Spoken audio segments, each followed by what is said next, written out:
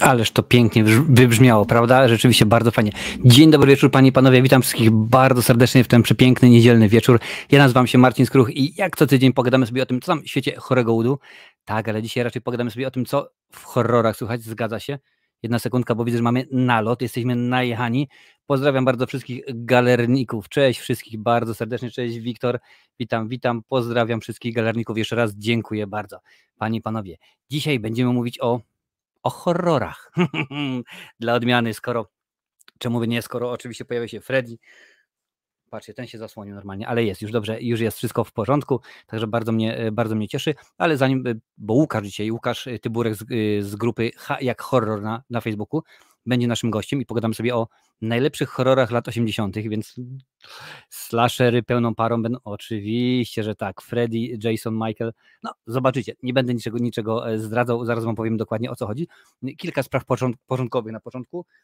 W tym momencie w cyklu kultowe horrory omawiam serię Dyniogłowy. Po Dyniogłowym będzie seria Topór, a po serii Topór wybraliście, że będzie seria Wzgórza mają oczy. Ważna jedna rzecz, wszystkie odcinki Dyniogłowego oraz serii Topór są już na YouTubie dostępne dla wspierających, więc sprawdźcie sobie, czy to przez Patronite'a wspieracie, czy przez YouTube'a. Te już odcinki są dla was dostępne, no a drodzy widzowie, którzy jeszcze nie wspieracie, wy będziecie musieli poczekać kilka tygodni na te odcinki. Link do grupy Łukasza jak najbardziej jest w opisie. Co jeszcze więcej? Ten odcinek, jak zresztą każdy inny, za 3-4 dni, gdzieś w okolicach środy, czwartku, pojawi się na Spotify, Google Podcast, no oczywiście w formie podcastu audio, więc będziecie mogli sobie spokojnie go przesłuchać, obejrzeć nawet też na Spotify można. Dokładnie wiecie, o co chodzi. On zostaje jak najbardziej na YouTubie, także tutaj będzie można go sobie również odtworzyć. I jeszcze jedna ważna rzecz dla osób, które oglądać będą z odtworzenia, będzie zrobiony spis treści, także możesz sobie skakać dokładnie, żeby popatrzeć, co dokładnie, gdzie, jak i kiedy. Ale widzę, że się rozszaleliście, tutaj gadacie. Bardzo fajnie, proszę bardzo, postalowy przychod, mój ulubiony gatunek. No bardzo dobrze, nasz też. Witam serdecznie. Cześć Jurku, witam cię bardzo, bardzo serdecznie. Cześć Adalet, dobry wieczór Styx, fajnie, że jest i widzę, że jeszcze Kali, Szybki Mielec, no i Łukasz Pennywise, no widzisz, no niestety Pennywise to akurat nie te lata, bo mini serial to z lata 90., więc pewnie o Pennywise'ie dzisiaj nie będzie, ale słuchajcie, już założę słuchawki. Witam cię bardzo serdecznie, dziękuję za suba Piotr Potera, fajnie, że jesteś. Jeszcze jedna ważna sprawa, zanim przejdę do Łukasza. Otóż czat jest dostępny tylko i wyłącznie dla subskrybentów. Syrena, dziękuję bardzo, ponieważ ostatnimi czasy strasznie dużo było jakichś stron głupich typu XYZ, Dating Site i tak dalej, więc żeby te boty wszystkie usunąć, no, krótko mówiąc, jest tylko i wyłącznie dla subskrybentów. A ja w tym momencie, panie i panowie, jak to panie Marcinie pomidorówka smakowała, już wam powiem, o co chodzi. Otóż Rafał, no domyślam się, że teraz ma cały czas na galeriach Horror Czas ma live'a, ale wcześniej akurat oglądaliśmy filmy, taki był jeden, on tam ogląda jednego i ja mówię, dobra, muszę się zawinąć, bo idę ugotować pomidorówkę Wiktorowi na kolację. No i pomidorówka była rewelacyjna, naprawdę, Wiktorowi smakowała, powiedział, tata, super, ekstra, nie za dużo ziela angielskiego, idealna ilość, co tam było jeszcze? Liścia laurowego. Słuchajcie, zaraz do nas dołączy Łukasz i zapytamy go, jak to się w ogóle wzięło, skąd się wzięło, że horrory, że się interesuje horrorów. Zobaczymy, czemu horrory z lat 80. i w ogóle zapytamy Łukasza, o co chodzi. Więc panie i panowie, nie przedłużam, przed wami Łukasz Tyburek. Cześć Łukasz, witam cię bardzo serdecznie. Witam bardzo serdecznie. I ciebie Marcin i wszystkich na czacie. Przede wszystkim stary, spokojnie. Powiem tak, Łukasz jest u nas pierwszy raz, panie i panowie, trochę jest zestresowany, co zresztą widać po twarzy. Nie, Łukasz, spokojnie, luzik, nie ma problemu, będzie wszystko dobrze, wszystko jest w porządku. To jest live, to jest YouTube, słuchaj, idziemy na żywioł, nie ma problemu. Powiedz mi, zanim dopuszczę widzów do głosu, skąd horrory w ogóle? Nie jesteś starym hopem, a interesujesz się horrorami, lubisz się bać, czy o co chodzi? Znaczy horrory to zacząłem oglądać gdzieś tak, pierwsze horrory w wieku tak 12-13 lat. I wtedy to jeszcze tak dopiero początkowo się zacząłem interesować. Później tak około, nie wiem, kilka lat temu zacząłem już bardziej jakby poznawać ten gatunek, interesować się właśnie nie tylko nowszymi produkcjami, ale także starszymi, na przykład szczególnie lata 80., 70. I dołączyłem jakieś 3 lata temu do grupy na Facebooku, na której byłem moderatorem, ale później właśnie coś nie wyszło z tą grupą i postanowiłem, że założę właśnie swoją i też przez to właśnie przez grupę jakoś tak się to zainteresowanie zwiększyło właśnie horrorami. Jest super. Oczywiście mowa o grupie Panie i Panowie High Horror. W opisie jest link do grupy, a także w tym momencie wbijam go na czacie, więc możecie sobie wejść. Jak najbardziej zostać członkiem. Tam jest rzeczywiście kilka tysięcy ludków, także zawsze z kimś wiadomo, że nie wszyscy kochają slashery. Ktoś może powiedzieć, a ja wolę duchy, a ja jednak found footage, rewelacja, a ktoś inny, więc na pewno dla siebie coś znajdziecie. A powiedz mi, a czemu lata 80? Bo akurat temat dzisiejszego odcinka wyszedł od ciebie. Czemu akurat lata 80? Lata 80. chyba są moją ulubioną dekadą właśnie do horrorów, bo dużo wyszło właśnie takich klasyków dobrych. Były też te kultowe postacie jak Freddy, Jason, Pinhead i wydaje mi się właśnie też, że z lat 80. mam najwięcej obejrzanych horrorów i tak zaproponowałem w sumie, bo no jest o czym gadać, powiedzmy, dużo filmów dobrych wyszło, horrorów szczególnie.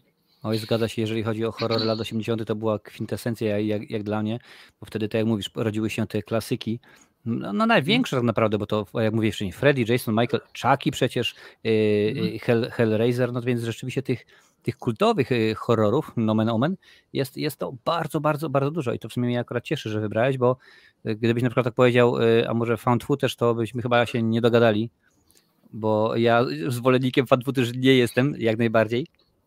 No ale dobrze, że tak mamy. Słuchaj,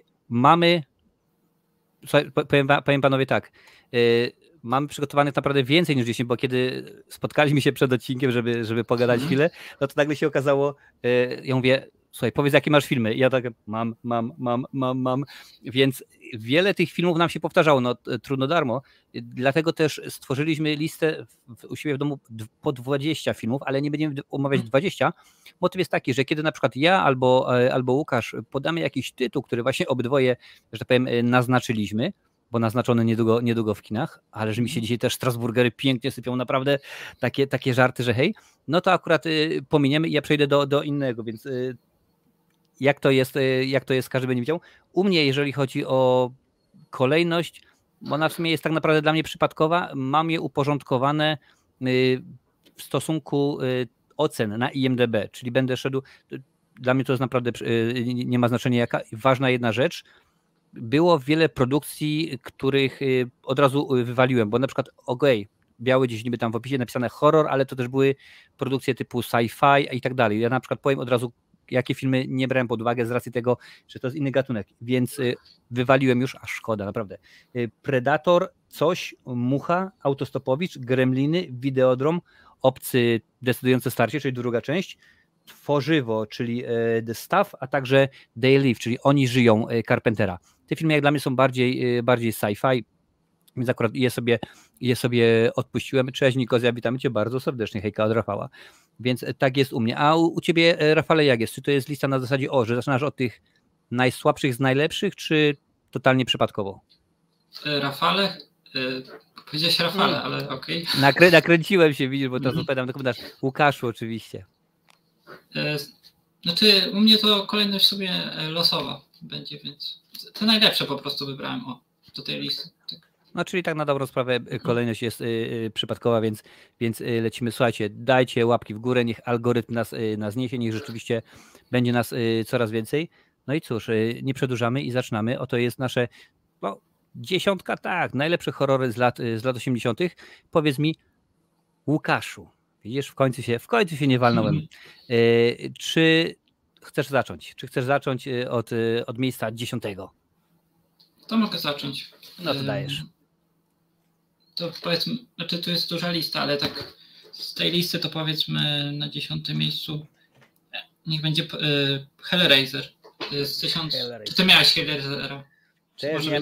Jest to akurat ta produkcja, którą ja również miałem. Proszę bardzo, nie ma problemu, ja Ci mówię, mam chyba z 15 przygotowanych, jeszcze mam 20, więc damy radę, nie ma problemu. Mów o Hellraiserze.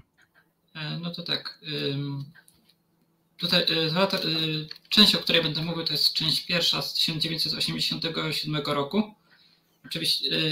Oczywiście było więcej części w tej serii, ponad 10 łącznie, która wyszła w tamtym roku. I to jest właśnie pierwsza, najlepsza według, no ogólnie tak chyba uważana przez większą społeczność za najlepszą. I oczywiście mamy Douga Bradley'a w świetnej roli Pinheada.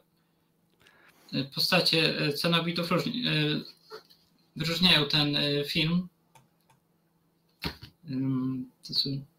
No nie wiem, co tu więcej mówić. Nie no, zgadza się najbardziej. Reżyser Clive Barker na podstawie swojego opowiadania. Ja tak naprawdę dopiero chyba albo w tym roku, albo pod koniec zeszłego roku przeczytałem w końcu właśnie opowiadanie Clive'a Barkera. Ono się różni.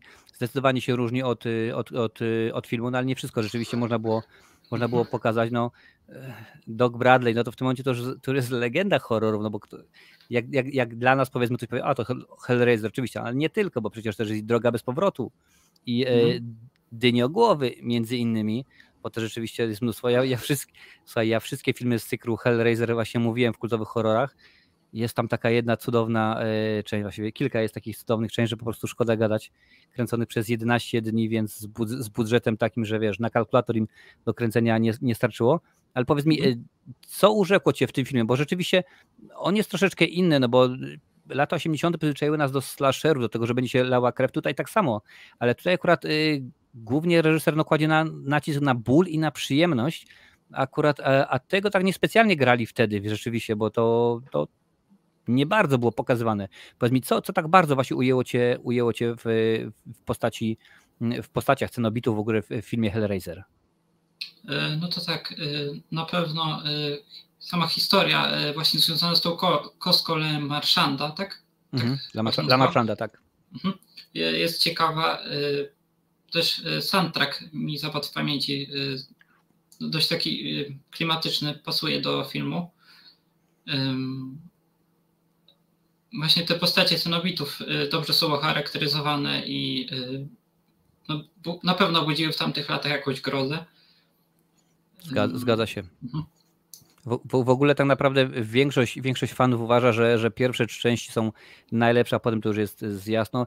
Ja sentyment mam do 3. części, ale to widzowie akurat wiedzą tylko i wyłącznie dlatego, że jakiś czas temu przeprowadziłem wywiad z Kenem Carpenterem, który właśnie w 3. części wystąpił w roli Hammerheada bodajże. No i akurat tylko i wyłącznie dlatego mi się podobało, jak Clive Barker opowiadał o tym filmie, bo tam jest scena tak naprawdę, kiedy Frank się składa, że tak powiem, do kupy, ona była kręcona na samym końcu, no i brakło już im pieniędzy, więc Clive Barker z kolesiem od efektów specjalnych zamknęli się na weekend w jakiejś chacie poza miastem, no i był tylko jeden problem, bo się okazało, że otworzyli barek, a w tym barku było tyle gorzały, że po prostu on potem mówi, stary, dobrze, że żeśmy nie szczechali, taka była biba. Więc całkiem rzeczywiście, bo wiele osób zarzucało, że jakość tego jest słaba. No mówi, no i tak jest dobrze z tego, co rzeczywiście było, także jest w porządku. Witam jeszcze wszystkich, którzy teraz do nas dołączali, bo widzę, że cały czas dołącza dużo osób. Dziękuję bardzo. Fajnie mi to cieszy. Zdecydowanie tak, ja też miałem właśnie Hellraisera na liście. Nic się nie dzieje, że akurat tego wrzuciłeś, bo no to co tu dużo mówi, to jest dobre kino, wiesz, a poza tym wymyśleć coś nowego w czasach, kiedy już miałeś wtedy teksańsko, miałeś już Frediego, Michaela i Jasona, no to tak niekoniecznie łatwo. Rzeczywiście bardzo się Clive Barker postarał. Potem Andrew Robinson również jest, panie i panowie, i ja wiem w tym momencie, że on wystąpił również w 3. części, chyba w 3. części Dyniogłowego, tak mi się wydaje. W każdym razie rzeczywiście go kojarzę, bo akurat na świeżo omawiałem. No ale dobrze. Hellraiser rzeczywiście zdecydowanie rządzi. Jest to dobre kino, jak dla mnie. Zgadzam się z tobą. Nie ma tej dwóch zdań. To tylko się odniosę do Lancela, bo Lancel pisze, że oj, dawno nie czytałem od nic Clive'a, dobre 23-25 lat temu przypomnieliście mi. No rzeczywiście warto. To nie tylko to jedno opowiadanie, ich jest więcej. W ogóle Lancel, dziękuję ci bardzo za odnowienie Patronite'a w zeszłym tygodniu. Jest mi niezmiernie przyjemnie z tego powodu. Słuchaj, no to tak, teraz ja powiem i tak w sumie biorąc pod uwagę, że wiem, co ty masz, więc postaram się. Spacja, dziękuję bardzo. Tak, dziękuję bardzo za suba, bardzo mnie to cieszy. Wiedząc, jakie filmy ty masz, no to akurat ja się postaram tak lawirować, żeby nie zabierać tobie tytułów, a przynajmniej nie wszystkie. Więc ja zacznę od filmu, który jest najwyżej na liście i według IMDb oczywiście. Klasyk również z 1987 roku, panie i panowie. Kto by się spodziewał, że ten rok będzie taki owocny, ale zdecydowanie Sam Raimi pokazał, że on potrafi zrobić dobry film i Martwe Zło, druga część. Druga część jest to odsłona no, w tym momencie kultowego. Tutaj bardzo często będziecie słyszeli tekst, że ten film jest kultowy, ten jest inny, ale rzeczywiście jedynka była nakręcona za pieniądze właśnie Sama Raimiego, jego brata, a także Bruce'a Campbella. Bruce Campbell w ogóle dom zastawił, żeby zrobiony był film. Tutaj mieli już więcej pieniądzurów, mieli możliwości techniczne, no więc studio było zaangażowane w ten projekt, a poza tym puścili do nas oczko, bo jak uważni fani mogą się przypatrzeć, że, bo jak tutaj mam IMDb włączone i jest ta scena, kiedy oni wchodzą do szopy, a właśnie w szopie na tej ścianie jest rękawica Freddy'ego Krugera. Także bardzo ładnie. Bardzo ładnie. Mogę dodać, że właśnie tak czytałem, że między Cravenem a Raimi było właśnie tak, że oni w swoich filmach przemycali właśnie te easter eggi i chyba w Koszmarze właśnie oglądają właśnie jedną z części Martwego Zła. Więc... Tak, zgadza się, także panowie sobie robili i to chyba przez cały czas jakoś tak to rzeczywiście trwało, ale czemu akurat by nie, bo to no, słuchaj, to akurat jest dobrze. Teraz powiem ci, troszeczkę odbiegnę od tematu, ale na przykład oglądałem Topór i oglądałem 4. część, czyli Victor Crowley, taki nosi tytuł, no i tam na przykład Adam Green miał nie robić tego filmu, ale spotkał się pewnego razu z George'em A. Romero, no wiadomo, znany facet od Żywych Trupów i powiedział mu, że zastanawia się, czy ten film robić. A on mówi, słuchaj, stary, rób, jak najbardziej rób, jeżeli czujesz, to nie ma problemu. Ja miałem tak samo właśnie z moimi trupami i robiłem co jakiś czas. Później spotkał Wesa Cravena, to już było po 94, kiedy ten właśnie nakręcił nowy Koszmar Wesa Cravena i powiedział, jak najbardziej, jeżeli czujesz, to rób, więc zgadza się, jeżeli puszczać oczko, jeżeli naśladować, to czemu nie. W ogóle piszcie w komentarzach, co myślicie na temat właśnie naszych wyborów i jak podchodzicie do tego, czy rzeczywiście to są filmy rewelacyjnie dobre, bo słuchajcie, tu macie no, 2 pokolenia. Ja jestem facetem po 40, Łukasz jest facetem przed 40. Grubo przed 40, także macie tutaj 2 różnego rodzaju spojrzenia na ten temat. Zaraz zobaczę, tutaj piszecie, panie i panowie, już tutaj patrzę. Na podstawowych slasherów to Hellraiser się wybija. Pisze Styx, no zdecydowanie, tym bardziej, że to jest inny właśnie rodzaj kina. Lancel. Ja mam 4 produkcje, które darzę dużym sentymentem z lat 80., raczej niszowe, ciekawe, czy się jakaś pojawi. Zobaczymy. W ogóle jak będziecie aktywni, słuchajcie, nie, to muszę bardziej takim głosem, jak będziecie aktywni i zachowali się fajnie, będziecie grzeczni, to może zrobimy dzisiaj after party. Ale to musiał być taki specjalny głos. Tutaj właśnie widzę, że Ślimaki jak najbardziej. Ślimaki to jest dobry film, ale nie pamiętam, czy to są lata 80., czy nie, bo też weźcie pod uwagę. Są 80. Okej, bo też na przykład ja miałem od razu tak z głowy wrzuciłem kilka filmów i mówię, kurczę, jest, ale potem no nie, to nie jest to nie jest 80, to jest na przykład 79 albo 91, więc no na przykład pewne produkcje się u mnie się nie zmieściły, no ale to różnie tak jest. Więc jak najbardziej Martwe Zło 2 polecam. Potem miało być Martwe Zło 3, no ale niestety tam się pewne rzeczy skomplikowały i powstała Armia Ciemności zamiast tego i tak dalej. Dobrze jest, że dostaliśmy nie tak dawno kolejne Martwe Zło, które było rzeczywiście dobrą produkcją. Nie trzeba było się wstydzić i oglądać, tak jak to było przy okazji ostatnich 2 części Halloween, czy przy tej nieszczęsnej teksańskiej masakrze piłomechaniczną od Netflixa oczywiście, bo nie mówimy o oryginalnym filmie Toba Hoopera. Więc Martwe Zło 2 jak najbardziej ode mnie jest odhaczone, aż to jest na liście skreślę, żeby nie było, że się pojawiło. Dobra, super.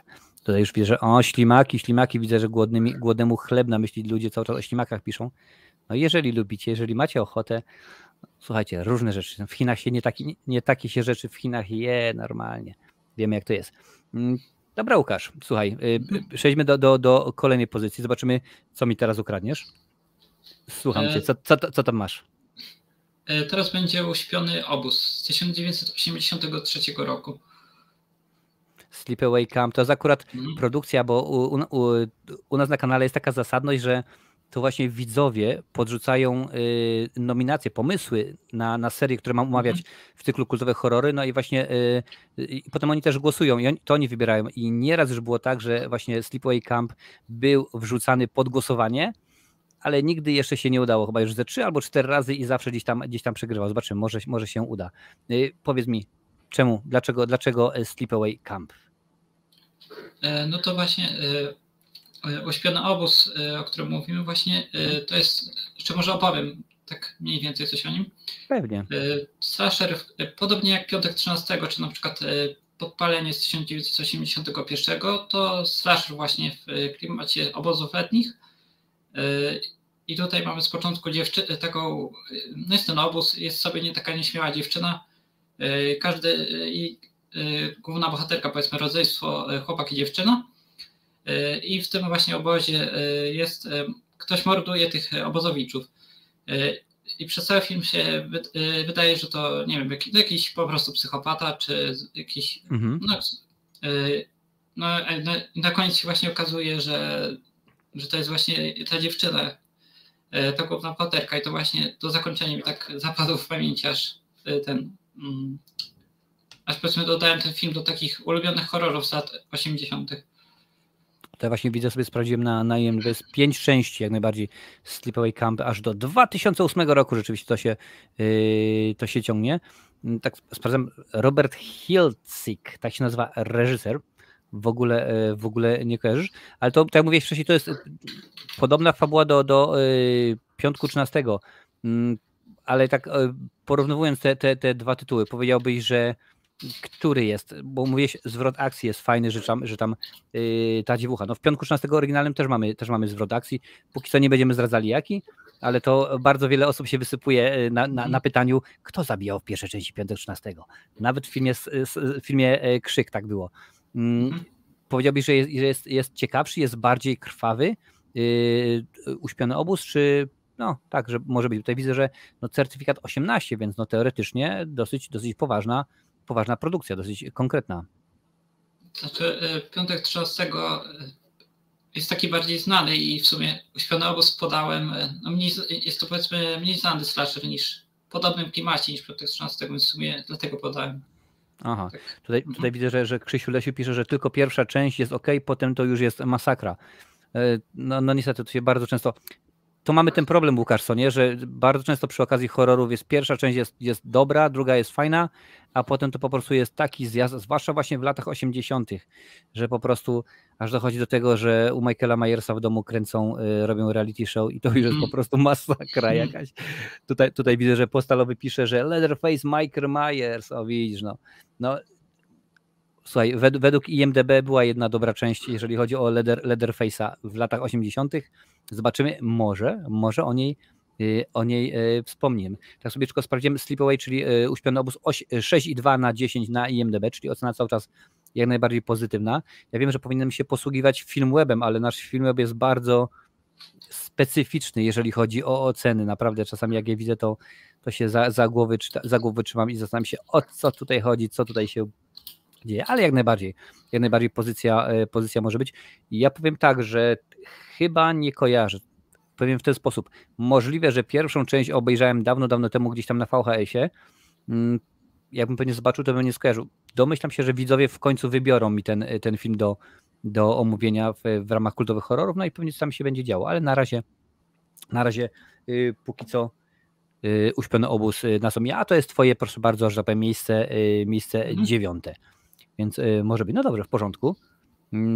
Tak się zastanawiam, ale wiesz co, no powiem tak, muszę, ponieważ widzowie pewnie na kanale by mi nie wybaczyli, gdybym nie powiedział o tym dżentelmenie, którego oni wiedzą, że ja kocham, że ja uwielbiam wszystkie filmy z jego udziałem, mimo że tak naprawdę może z tych 7 części, właściwie 8, jeżeli licząc odcinek Versus, pewnie 2, może 3 się nadają do obejrzenia, no ale powiem tak, 1984 rok, mistrz gatunku, którego znam, uwielbiam i czytam jego książki, czyli Wes Craven, Koszmar z ulicy Wiązów i Robert Frederick England Kruger. No, zastanawiam się, powiedzcie mi tutaj, na czacie, napiszcie tak albo nie. Czy jest na czacie osoba, która nie zna postaci Freddy'ego Krugera? Nie, że nie znam, tak, że znam. Film, który tak naprawdę oprócz tego, że sprawił, iż Johnny Depp stał się wielką gwiazdą, bo no okej, wiele osób mówi, że debiutował kilka lat wcześniej, przechodząc tylko i wyłącznie przez ekran, ale to był jego pierwszy pełnowartościowy debiut. Rzeczywiście Johnny Depp tutaj pojawił się i pokazał. Więc no widzę, że tutaj się pojawiło, że tak, no to chyba rzeczywiście nie ma co tłumaczyć. No ale w skrócie, film, co może niewiele osób wie, ale Koszmar z ulicy Wiązów jest oparty na faktach. I to właśnie jest zatrważające jak dla mnie w tym całym projekcie, ponieważ Wes Craven przeczytał kilka artykułów, w tym momencie już nie pamiętam jak się nazywała gazeta, w każdym razie przeczytał kilka artykułów o tym, jak to Azjaci przyjeżdżali do Ameryki, emigrowali właściwie, bo to były sprawy polityczne i tak dalej, i tak dalej. No i dzieciaki mówiły rodzicom, że coś ich w nocy straszyło. Oczywiście była ta sama zasadność, nie chcieli iść spać, pili kawę, żeby nie spać, jakieś tam budziki, wszystko i tak dalej, czuwali. No i oczywiście rodzice, co tam głupi jesteś, w ogóle zamknij się, idź spać. No i był taki motyw, że dzieciakom się coś przyśniło, obudziły się, zasnęły i potem się już nie obudziły. To był cykl artykułów właśnie opisanych, no i na podstawie tego Wes Craven stworzył postać Freddy'ego Krugera. No wiadomo, że później dodał do siebie jeszcze dużo więcej, bo tam nie było wiadomo, co z tymi dzieciakami działo, no ale rzeczywiście postać rewelacyjna, postać bardzo, bardzo dobra. No, wiele razy sobie można powiedzieć, nie wyobrażam sobie kogoś innego w roli tej czy innej, no ale w roli Freddy'ego jak na razie nie ma innej, bo to, co dostaliśmy w 2010, ten Freddy o twarzy pizzy, no to tak, panie i panowie, no dajcie spokój, po prostu jakaś masakra, więc tak, ja w tym momencie mówię od 3 minut nieprzerwanie. Uwierzcie mi, że jeżeli chodzi o Koszmar z ulicy Wiązów, ja bym mógł jeszcze mówić przez 333 minuty i pewnie bym nie wyczerpał. Miała być tylko jedna część, no tak akurat się udało, że New Line Cinema, nowa firma, która powstała wtedy, zasponsorowała, że tak powiem, Koszmar z ulicy Wiązów, no ale Wes Craven musiał pójść na pewne ugody, że jeżeli się film sprzeda, no to będzie druga część, więc musi być oczko, musi być furtka do drugiej części, no i tak to rzeczywiście się stało, a w drugiej części nie powrócił Wes Craven, nie powrócił Robert Englund, przynajmniej na początku, no ale to już jest temat na całkowicie inną rozmowę. Zagadałem się, rozgadałem się. Chciałbyś coś Łukaszu dodać do tego mojego słowotoku? No nie, starczy. Może już o nim. Naprawdę jestem w to jak się już rozgadam, a tym bardziej na temat, który znam, który uwielbiam, to nie ma problemu. Ty wiesz, że Kamala Iron w roli Krugera tylko England się sprawdził i możliwe, że wróci po raz wtóry. Zobaczymy jak to będzie, bo odgrzewane są, dobrze wiecie, stare kotlety i czasami tak to jest rzeczywiście, że dostajemy nowe wersje. Jak panie i panowie, podoba wam się? No mam nadzieję, że wam się dzisiaj podoba. Dajcie łapki w górę. Przypomnę tylko, że dzisiaj naszym gościem jest Łukasz Tyburek z grupy H jak horror na Facebooku, a przy okazji no, prywatnie oprócz tego jak najbardziej wielki fan horrorów, slasherów i wszelkiego badziwiastwa, co nas lubi straszyć z ekranu. Także dajcie łapkę. Przypominam, w opisie jest jak najbardziej, a także teraz jeszcze raz wam wrzucę na czacie, jest link do grupy H jak horror na Facebooku, możecie wejść i dać tam, poprosić o dostęp, czy jakoś tak, wiecie, co się robi na tych grupach wszystkich na Facebooku. Dobra, bo się rozgadałem na temat Fryderyka, a teraz pora na ciebie. O proszę bardzo, papież. Ja na tej grupie na Facebooku jestem, no i bardzo dobry, to ci się chwali. No to zaszczyt mnie spotkać, że mam papieża na grupie. Jak najbardziej. W ogóle dziękuję. Jesteśmy rozgrzeszeni, możemy bluzgać, w ogóle można byłoby się napić. Co prawda herbatka, drogi algorytmie, pozdrawiam cię, herbatka. Ale zawsze coś mocniejszego to może później, albo może nie w ogóle. Słuchaj Łukaszu, co tam dalej? Co tam dalej masz dla nas przygotowanego? To kolejnym filmem będzie Cannibal Holocaust z 1980. Gruba. No to jest to kino kanibalistyczne w reżyserii Ruggero Deodato. Taki najbardziej jego znana produkcja właśnie. I z tym filmem, jest to film z gatunku found footage.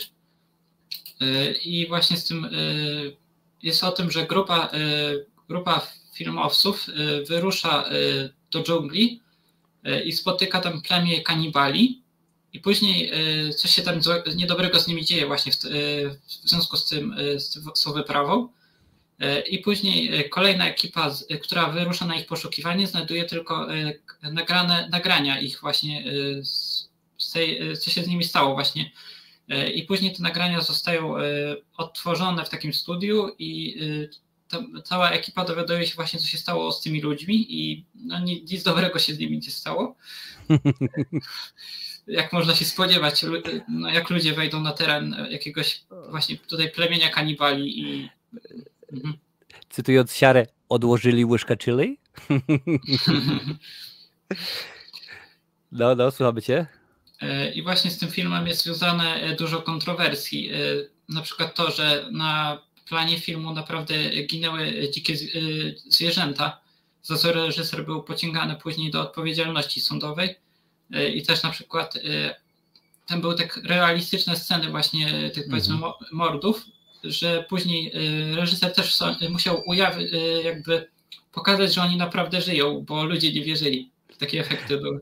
Słyszałem właśnie, też słyszałem, że herbatkę sobie robisz, bardzo mnie to cieszy, bo tam czajnik było słychać, bardzo ładnie, ale to zgadza się, ja nie widziałem tego filmu, jak mówię, nie jestem fanem found footage, ale motyw jest tym, że on musiał udowodnić, że to nie są prawdziwe zwłoki, bo ludziom było, że no po prostu tak dobrze były zrobione efekty wizualne, więc rzeczywiście coś pięknego. Tutaj przerwę ci na sekundkę, bo tutaj wypowiadam Lancel. W tym filmie zupełnie nie słyszałem Cannibal Chronicles, ale zniechęciło found footage. No niestety tak to rzeczywiście jest, a Postalowy jeszcze to też dodaje, że jest na grupie jak horror, wiesz, nie tylko masz papieża, ale masz i psychola, człowieku, rozumiesz? No. Takiego sobie masz na grupie. Co cię uderzyło w tym filmie, że stwierdziłeś, że no jak najbardziej film o kanibalach to jest to co Tygrysy lubią najbardziej? To jeszcze właśnie warto zaznaczyć, że to jest, z tego co wiem, to jest pierwszy w ogóle w historii horror z motywem found footage, co nie wiem właśnie, jak na lata 80. to chyba, nie słyszałem chyba o takiej, nie wiem, słyszałeś o jakiejś found footage innej produkcji z lat 80. oprócz tego? No, ja nie, jeżeli ktoś na czacie słyszał, to dajcie znać, czy słyszeliście o tym, bo ogólnie przyjmuje się, że to Blair Witch Project był pierwszym tym projektem, no ale jak tutaj widać, nie był pierwszy. Tutaj Galeria Horroru dodaje, że tam w ogóle pozwy były dla reżysera za to, że zabili prawdziwe żółwie. No tam pewnie domyślam się, że mogły być pod ochroną, więc no grubo po prostu, grubo rzeczywiście. No ale tak nawet tutaj tak patrzę, próbuję przeglądnąć. No niespecjalnie. A czy Ruggero Deodato, czy on coś jeszcze zrobił innego? Czymś jeszcze zasunął? Czy to było to po prostu taki raz i to wszystko? Nie, on właśnie słynął jakby od niego zapoczątkowało się właśnie ten nurt taki kanibalistyczny we Włoszech właśnie, bo jeszcze ma na przykład Zapomniany świat kanibali na przykład w swojej produkcji.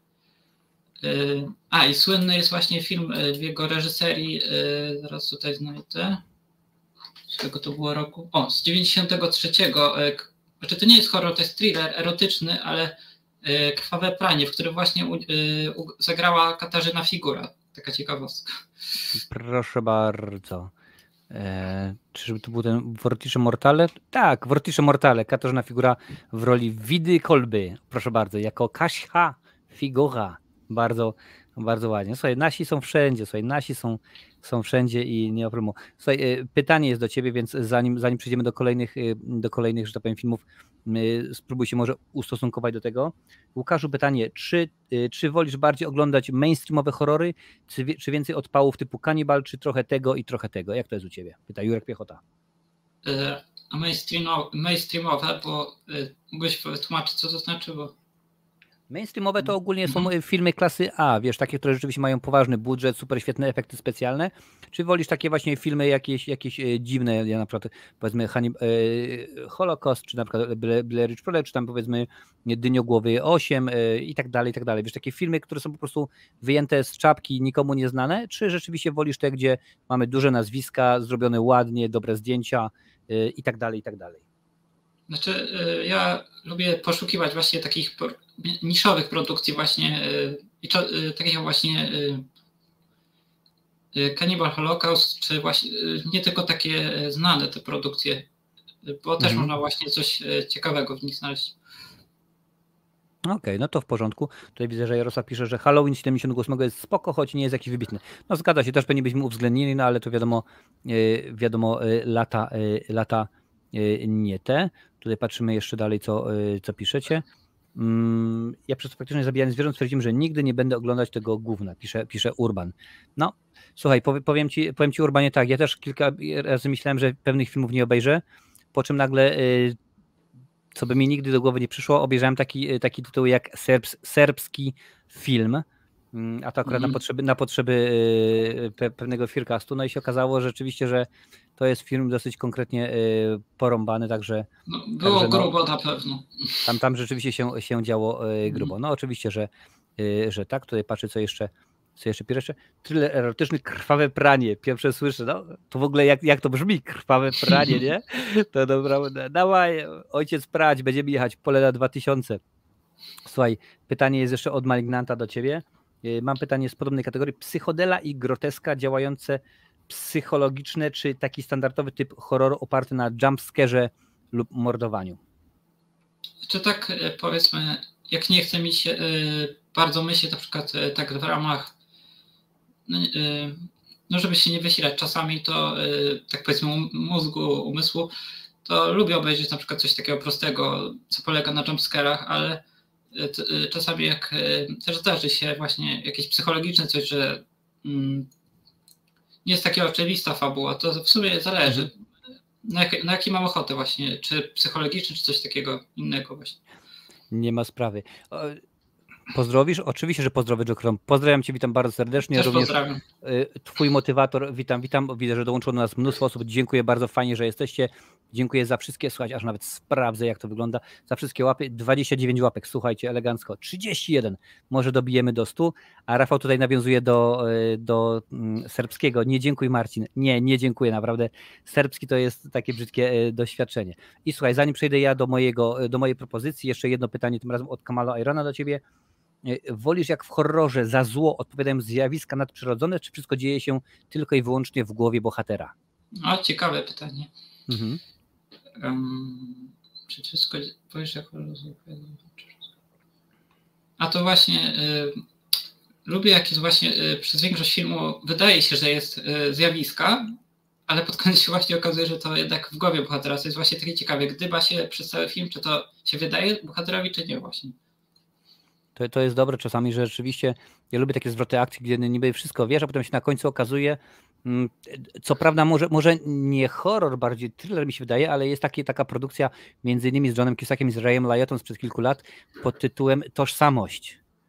Tam się akcja dzieje w jednym motelu i tak naprawdę myślimy w pewnym momencie, że wiemy wszystko dokładnie, o co chodzi, po czym się na samym końcu okazuje, orzesz w mordę, naprawdę. No, to było dobre to na końcu. Coś fajnego. Dobrze, panie i panowie, no żeby nie przedłużać, bo dużo jeszcze mamy horrorów do obgadania, no to ja bym wziął temat i poruszę produkcję, której akurat wiem, że ty nie masz na swojej liście, tak, żeby nie było, żebym ci za bardzo nie zajmował. Film, tak naprawdę, którego dawno nie widziałem, a no w wielu kręgach jest kultowy, no przecież sam reżyser Joel Schumacher, facet dał nam rzeczywiście, oczywiście nie będziemy mówić o Batmanie Forever czy o Batmanie Robin, no ale okej, powiedzmy, miał dobre produkcje, a obsada? Wymienię tylko kilka nazwisk, zobaczymy, kto pierwszy wpadnie na ten tytuł. Widzowie, jeżeli będziecie widzieli, to piszcie. Jason Patric, Corey Haim, Diane Wist, Corey Feldman, Kiefer Sutherland. Wydaje mi się, że teraz już wszyscy wiedzą, Alex Winter między innymi i kilka jeszcze i oczywiście innych opcji. Mowa o produkcji Straceni Chłopcy, The Lost Boys, również. Słuchaj, Łukasz, 1987 rok to musiał być jakiś niesamowity, bo to jest bodajże trzecia albo czwarta produkcja, którą omawiamy z tego roku. Wampiry akurat, tutaj wampiry rządzą rzeczywiście, no nie ma co mówić. I to są te dobre wampiry, wiecie, to nie jest wampiry a la Saga, czy jakieś tam inne rzeczywiście takie rzeczy, nie no, poważne wampiry, które Linia Życia, no nie, Linia Życia też jest Joela Schumachera, ale akurat to jest mowa o innym filmie, ale film rzeczywiście bardzo dobry. No, Kiefer Sutherland, świętej pamięci Corey Haim, bo już jego już z nami nie ma. Są 2 albo 3 części tego. Co prawda później już chyba tylko i wyłącznie Corey Feldman się pojawia w tych kolejnych produkcjach, aż nawet sprawdzę, ale rzeczywiście gdzieś to jest, że on tam pojawia się w drugiej, trzeciej części i to no pewnie już jest słabo. Nie wiem, jeżeli widzieliście, to dokładnie wiecie jak to wygląda.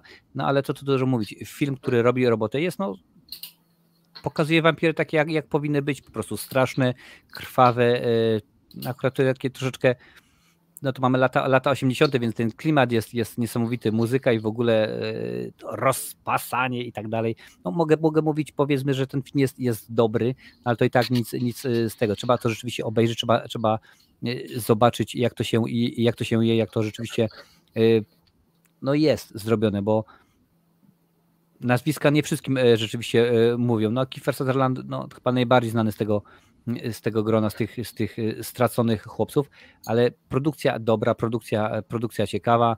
Mamy nastolatka, no powiedzmy, że nastolatka, który przeprowadza się oczywiście do nowego miasta, no, musi się pewne rzeczy odkryć, dopasować się, a przy okazji odkrywa, że w tym mieście są wampiry.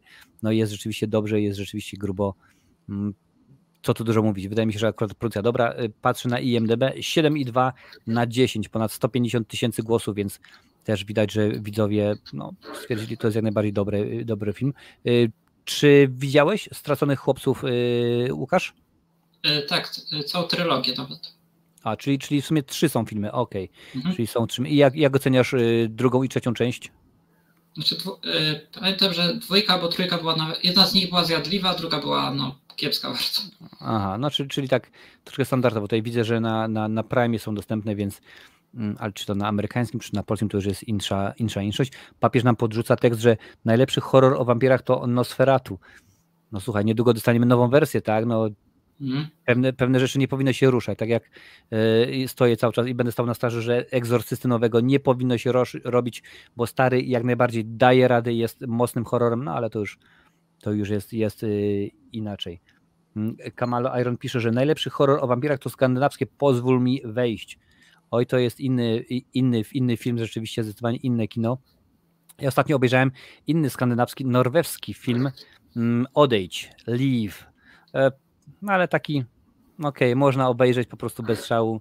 Takie po prostu, rzeczywiście zobaczyliśmy, ale skoro nawet Norwedzy kręcą film o głupich amerykańskich blondynkach, to znaczy, że w tych blondynkach coś jest.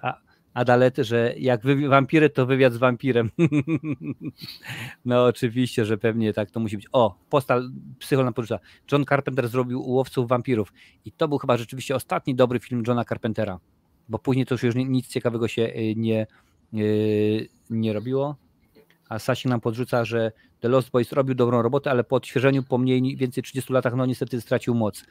Technicznie zapewne film już nie dojeżdża, tak jakby mógł, no ale cóż, biorąc pod uwagę jak to wygląda tam, że tak powiem, za oceanem, włoska firma Vittorio Mamona, Lorenzo Casucci i Johnny Szmal musi się zgadzać, więc pewnie za czas jakiś dostaniemy pewnie nową wersję, nową część, bo to bardzo często tak jest, że proszę bardzo, elegancko i robimy dalej i kręcimy na nowo. Słuchaj, chłopaki się nabijają, bo u mnie tutaj na kanale nabijamy się cały czas z naszego ulubionego reżysera, czyli Patryka V, czyli Patrycjusza Wegety. I tutaj właśnie widzę, że gdzie mi to, żeby mi to nie umknęło. Kamalo, czekam aż Patryk V nakręci film o amerykańskich blondynkach. On nakręci prędzej coś innego, także różnie to jest. Dobrze, to byli Straceni Chłopcy ode mnie. To była moja propozycja. Łukasz, lecimy dalej, bo rzeczywiście cały czas jest, słuchajcie, jest was cały czas 25 osób, naprawdę jest pięknie i już prawie 40 łap w górę. Jest super, dziękuję bardzo. Niech to się niesie, niech algorytmy YouTube'owe nas pokochają. Łukasz, czekam na twoją propozycję. To moją propozycją kolejną będzie Duch, Toba Hoopera. Kultowy horror, jeden z bardziej kultowych chyba, o duchach w ogóle i lat 80. Poltergeist. No to pierwszy raz właśnie obejrzałem to kilka lat temu i powiem, że zrobił na mnie wrażenie. bo niby no jest to taki, powiedzmy, trochę jak horror familijny, mało tutaj, powiedzmy, prawdziwej takiej grozy, nie wiem, jak w Koszmarze czy coś, ale chociaż może też lata robią swoje, ale na pewno po pierwsze, że jest, chyba jest oparty na faktach z tego, co pamiętam, tak? Nie wiem, możliwe. Wiem, że tam były jaja, bo na przykład w jednej ze scen, kiedy tam jedna z bohaterek pływała, zaczęły się pojawiać prawdziwe zwłoki, tak, w ogóle. Oprócz tego oczywiście film dostał nominację do Oscara w kategorii najlepsze efekty specjalne, no bo musiało tak oczywiście być. Richard Edlund w tejże roli oczywiście wystąpił. No ale film dobry, rzeczywiście robił wrażenie. Przypomnę, że Toba Hoopera, ale to jest produkcja i scenariusz między innymi takiego mało znanego faceta z Hollywood, Stevena Spielberga. Mhm. Zgadza się, tak patrzę tutaj na obsadę i nie są bardzo znane osobowości, bo tak naprawdę chyba Craig T. Nelson i Jobet Williams rzeczywiście, ale no lata 80. one dużo nam dały rzeczywiście horrorów, dużo rzeczywiście zapoczątkowały serię, bo oczywiście jak się możecie domyśleć, Poltergeist to nie tylko jedyna część, ale tego jest dużo więcej. W ogóle Łukaszu, nasz dzisiejszy live przyciąga same znakomitości, bo tutaj wcześniej jest tutaj galerian horroru, no to wiesz, tutaj znowu jest horrorshow.pl, także rzeczywiście bardzo nas to cieszy, że horrorowo, że ilość horrorowych maniaków na kanale się zgadza. Powiedz mi, Toby Hopper, to już pewnie można różnie mówić. No chyba najbardziej znany jest z teksańskiej masakry, ale jak to jest? Jak ty się na to zapatrujesz? Czy rzeczywiście duch jest lepszy niż teksaska? Wiem, że to jest inne kino, bo oczywiście tam mamy Psychola, co prawda nie postalowego, ale tam mamy Psychola, a tutaj mamy nomen omen duchy. No ale jak ty się zapatrujesz? Czy rzeczywiście jest mocniej, lepiej? Bo też tutaj patrzę, że on... Ale dobra, do tego za chwilę przyjdę. No, słucham cię. Znaczy, że w porównaniu czy lepsze od teksańskiej, tak? Tak, no. Znaczy, no według mnie nie, ale powiedzmy, jest to jeden z lepszych horrorów lat 80. na pewno, ale no, z teksańską to tak starcia bardzo nie ma, ale pod względem na przykład, znaczy to jest całkiem inne kino, powiedzmy, no jak już powiedziałeś. Zgadza się. Ale na przykład znaczy ten film jest, powiedzmy, taki bardziej, nie wiem, taki dla większej grupy odbiorców. No, nie ma to takich akcji jak w teksańskiej. On jest właśnie, używając nomenklatury tego naszego widza sprzed kilku minut, on jest bardziej właśnie mainstreamowy niż na przykład teksańska masakra, co nie? Bardziej do głównego nurtu. Tutaj widzę, że horrorshow.pl nam dorzuca ciekawostkę, że ponoć ducha w 90% wyreżyserował Steven Spielberg. Co by mnie wcale nie dziwiło, przyznam szczerze, bo tak sobie właśnie teraz specjalnie patrzę na filmografię Hoopera. No i oczywiście wiadomo, jest teksańska 2, jest ten właśnie duch, ale tak naprawdę wielkich produkcji nie ma. No jest Koszmar Freddy'ego, czyli jeden z tych odcinków tego serialu, tak, Freddy'ego Krugera.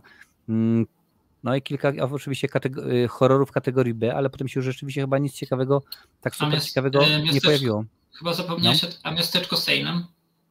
Miasteczko Salem to też jest jego? Muszę tutaj, tego, co może tak. Możliwe, że gdzieś przegapiłem, tak szybko skaczę. Znaczy ja na Filmwebie patrzę, więc tutaj jest. Możliwe. No tutaj się nie wyświetla, więc możliwe, że gdzieś tutaj jakiś błąd wyskoczył. W każdym razie ducha warto rzeczywiście zobaczyć, warto sprawdzić, jak to się je. No chociażby to jest klasyk, no co tu dużo mówić. Wyznaczył trendy, chociaż ta dziewczynka i ta akcja z tym telewizorem naprawdę do dzisiaj robi wrażenie. Wiele z tych produkcji, które dzisiaj omawiamy, Łukaszu, one się zestarzały technicznie i pewnie można byłoby je poprawić. Przydałby się George Lucas, bo on Gwiezdne Wojny poprawiał z 500 razy, no, mógłby się wziąć za każdą z tych produkcji i pewnie byłoby lepiej. No ale rzeczywiście to było coś nowego, coś innego, przekraczały swoje produkcje. To też jest ważne, bo często przy okazji omawiania horrorów spotykam się na przykład z zastrzeżeniem, że proszę bardzo, filmy dobre, na przykład kolejny slasher, gdzie blondynka zamiast na przykład wybiec, biegnie do góry, nie? No i To byłoby dobre. My dzisiaj się poruszamy w latach 80. i właśnie tutaj te wszystkie reguły, one się dopiero tworzyły. To, że na przykład w Koszmarze, czy na przykład w Halloween to się działo, że to się dopiero tworzyło i w tym momencie te zasady się krystalizowały. Wtedy to nikogo nie dziwiło, że kobieta ucieka po schodach do góry, zamiast wybiec przez drzwi frontowe i gdzieś minąć. No ale jakoś tak to rzeczywiście jest, że Poltergeist daje radę. 7,3 na 10 na Filmwebie, na IMDb, więc całkiem sensowna, przyzwoita ocena, jeżeli przyjąć, że od 6 wzwyż jest dobrze. Także no, jak najbardziej muszę powiedzieć, że bardzo, bardzo fajnie. Cześć, witam cię bardzo serdecznie, Łukaszu. Fajnie, że jest, o proszę bardzo, i Terrifier. A nie wiem, czy wiecie panie i panowie, że Terrifier dostanie trzecią część, już jest potwierdzone. Trzecia część ma być chyba w przyszłym roku w kinach. Tak samo jeszcze Ice Cream Truck, nie, Iceman, jak się nazywał ten film, kurczę. Muszę sprawdzić. Ice Cream Truck bodajże, bo też mam właśnie ciekawostkę, bo rozmawiałem jakiś czas temu, ale to muszę za chwilę, bo muszę sprawdzić dokładnie, jaki to tytuł chodzi, żeby nic nie spalić. Czy chciałbyś coś do ducha jeszcze dodać? A jeszcze właśnie to jest związane jakby tak jak z Egzorcystą chyba i z Omenem na przykład, że takie wypadki właśnie, że te właśnie aktorki umarły chyba niedługo po produkcji. To właśnie ta grająca, ta dziewczynka właśnie, Carolyn Ann chyba się nazywała i jeszcze dziewczyna jednego z bohaterów. No więc rzeczywiście, czasami używa się tych rzeczy jako, jak to mawiał kabaret Animum chwyt Materkindody, tak, że tam gdzieś przy Egzorcyście czy przy czymś, co tam się działo, a tutaj rzeczywiście to się wydarzyło naprawdę. No, zdarza się. Wiem, co wam chciałem powiedzieć, bo już znalazłem, aż nawet pokażę wam ekran, ponieważ udało mi się znaleźć, także taką małą zrobię odskocznię w naszym odcinku. Film nosi tytuł, i tu musicie mnie wspomóc, może znacie polski tytuł, film Ice Cream Man z 95 roku. To jest właśnie o ten film mi chodziło. W roli właśnie tego lodziarza Clint Howard, panie i panowie. No i ostatnio potwierdził mi, bo rozmawiałem z nim na Instagramie, napisał scenariusz do nowej wersji i również oprócz tego, że ma wrócić jako ten Gregory Tudor, czyli rola tytułowa Ice Cream Mana, ma również go reżyserować.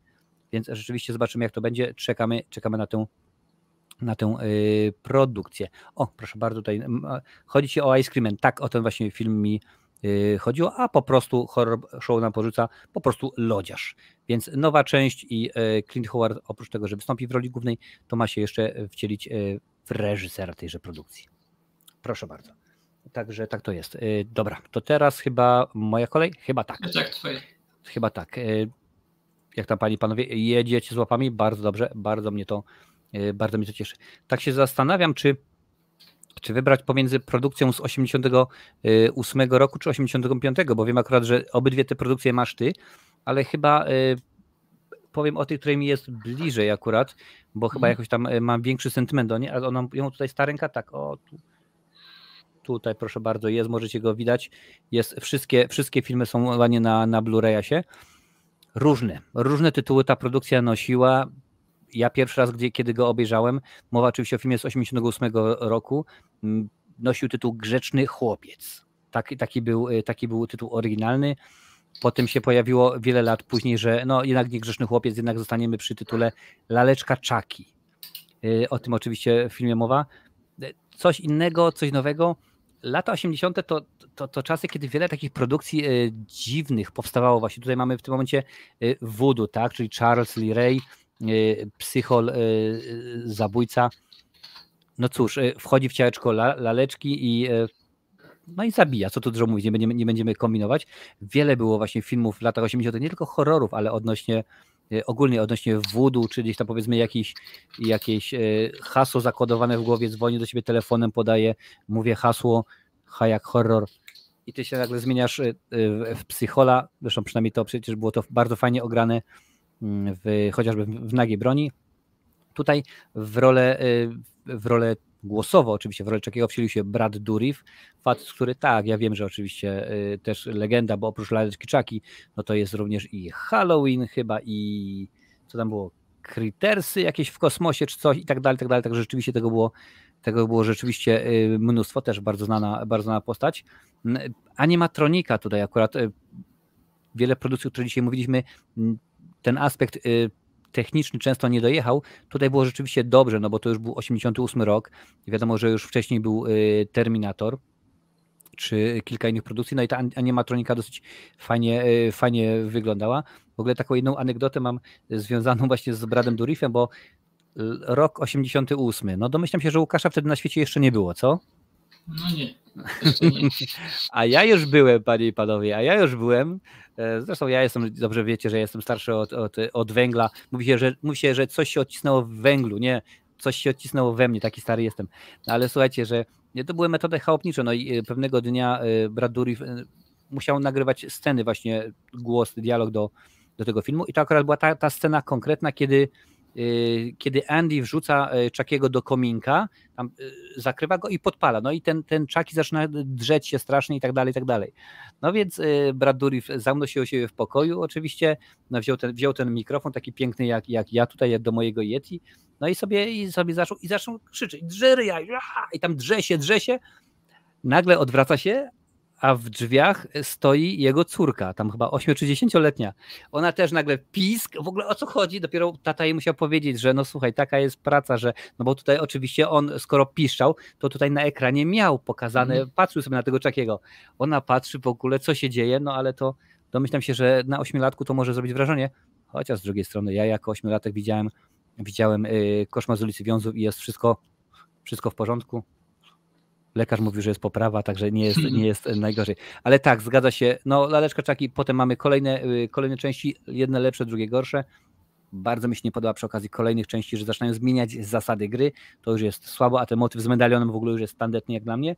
No ale dostaliśmy potem nową w końcu wersję, gdzie to Mark Hamill, czyli no Skywalker, czy chociażby Joker również wciela się głosowo, ale też mamy serial. 2 sezony już Laleczki Chucky, gdzie powrócili oryginalni twórcy, czyli Don Mancini, scenarzysta, a także Brad Dourif. Za produkcję jest odpowiedzialny Tom Holland. Nie, to nie jest ten od Spidermana, spokojnie. To jest Tom Holland, reżyser i już wam od razu zdradzę, nie jest to jedyna produkcja w reżyserii Toma Hollanda, która się pojawi dzisiaj albo ode mnie, albo od Łukasza, ale rzeczywiście świetny facet. Zgadza się to, Jarosław mi podrzuca, że Brad Dourif, Obcy 4, tak, on jest tym takim dziwnym lekarzem, ma takie tak włosy ulizane, spięte, co niemalże się całuje z ksenomorfem przez tam ścianę, czy coś takiego. Potem go, no bardzo szybko go ksenomorfy rozwalają. Także bardzo mnie to cieszy. Tutaj jeszcze zaraz popatrzę, szybki malec pisze. Sprawdziłem przed chwilą twoje oceny do filmów z serii Topór i ewidentnie ci się całkiem dobrze podobały. Słuchaj, szybki, powiem tak, ostatnimi czasy przed Toporem teraz omawiam Dyniogłowego, ale wcześniej omawiałem, co było, Omen i przed Omenem było Władca Lalek. 14 części. Słuchaj, tam są takie gnioty, naprawdę, tam są takie kaszaloty, że się nie dało, więc kiedy widzowie mi wybrali Topór, ja obejrzałem i po prostu banan, naprawdę, Hatchet, Topór, gdzie to mam? Gdzieś pamiętam, odłożyłem na półkę. Tutaj widzę, że jest naprawdę świetne kino, przynajmniej jak dla mnie. Sasik dorzuca Chuckiego. Wczoraj oglądałem, naprawdę dobrze się zadział. Cieszy mnie to bardzo serdecznie. Jako 13-latek widziałem Krzyk 4. Pisze Kamalo. Bardzo dobrze. Więc to jest kolejna produkcja ode mnie. Laleczka Chucky, Grzeszny Chłopiec.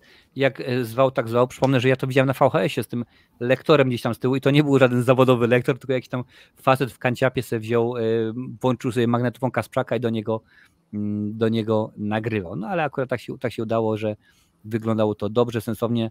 No i straszył film. Co tu dużo mówić, filmy rzeczywiście straszył. No i teraz Laleczka Chucky to już jest postać kultowa. Dziś mam tutaj Chuckiego? Mam tutaj Chuckiego, tu na dole, o proszę bardzo. Żeby tylko brzucha nie pokazał. O, jest Chucky, widzicie. Dobra, Łukaszu, please sir, you speak English, czyli twoja pora, żeby przemówić. No to kolejną propozycją ode mnie będzie film, od reżysera, o którym wspomniałeś, czyli od Toma Hollanda, Postrach nocy z 85. Dobrze jest. I jest to właśnie produkcja o wampirach, taka połączenie horroru i komedii. Doczekał się on 2 części plus 2 takich jakby 2 remake'ów tych starych odsłon. I opowiada o tym, że jest sobie chłopak, który mieszka tam w jakimś sąsiedztwie i podejrzewa swojego sąsiada, że jest on wampirem właśnie i próbuje się jakby dowiedzieć, czy to faktycznie jego tożsamość właśnie, czy jest tym wampirem.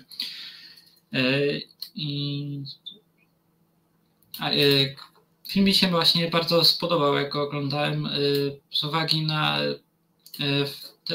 na przykład dobrze straszy, bo są bardzo fajnie zrobione te kreacje wampirów pod koniec właśnie filmu, jak walczą z tymi wampirami, to niektóre to naprawdę nieźle wyglądają jak na te lata.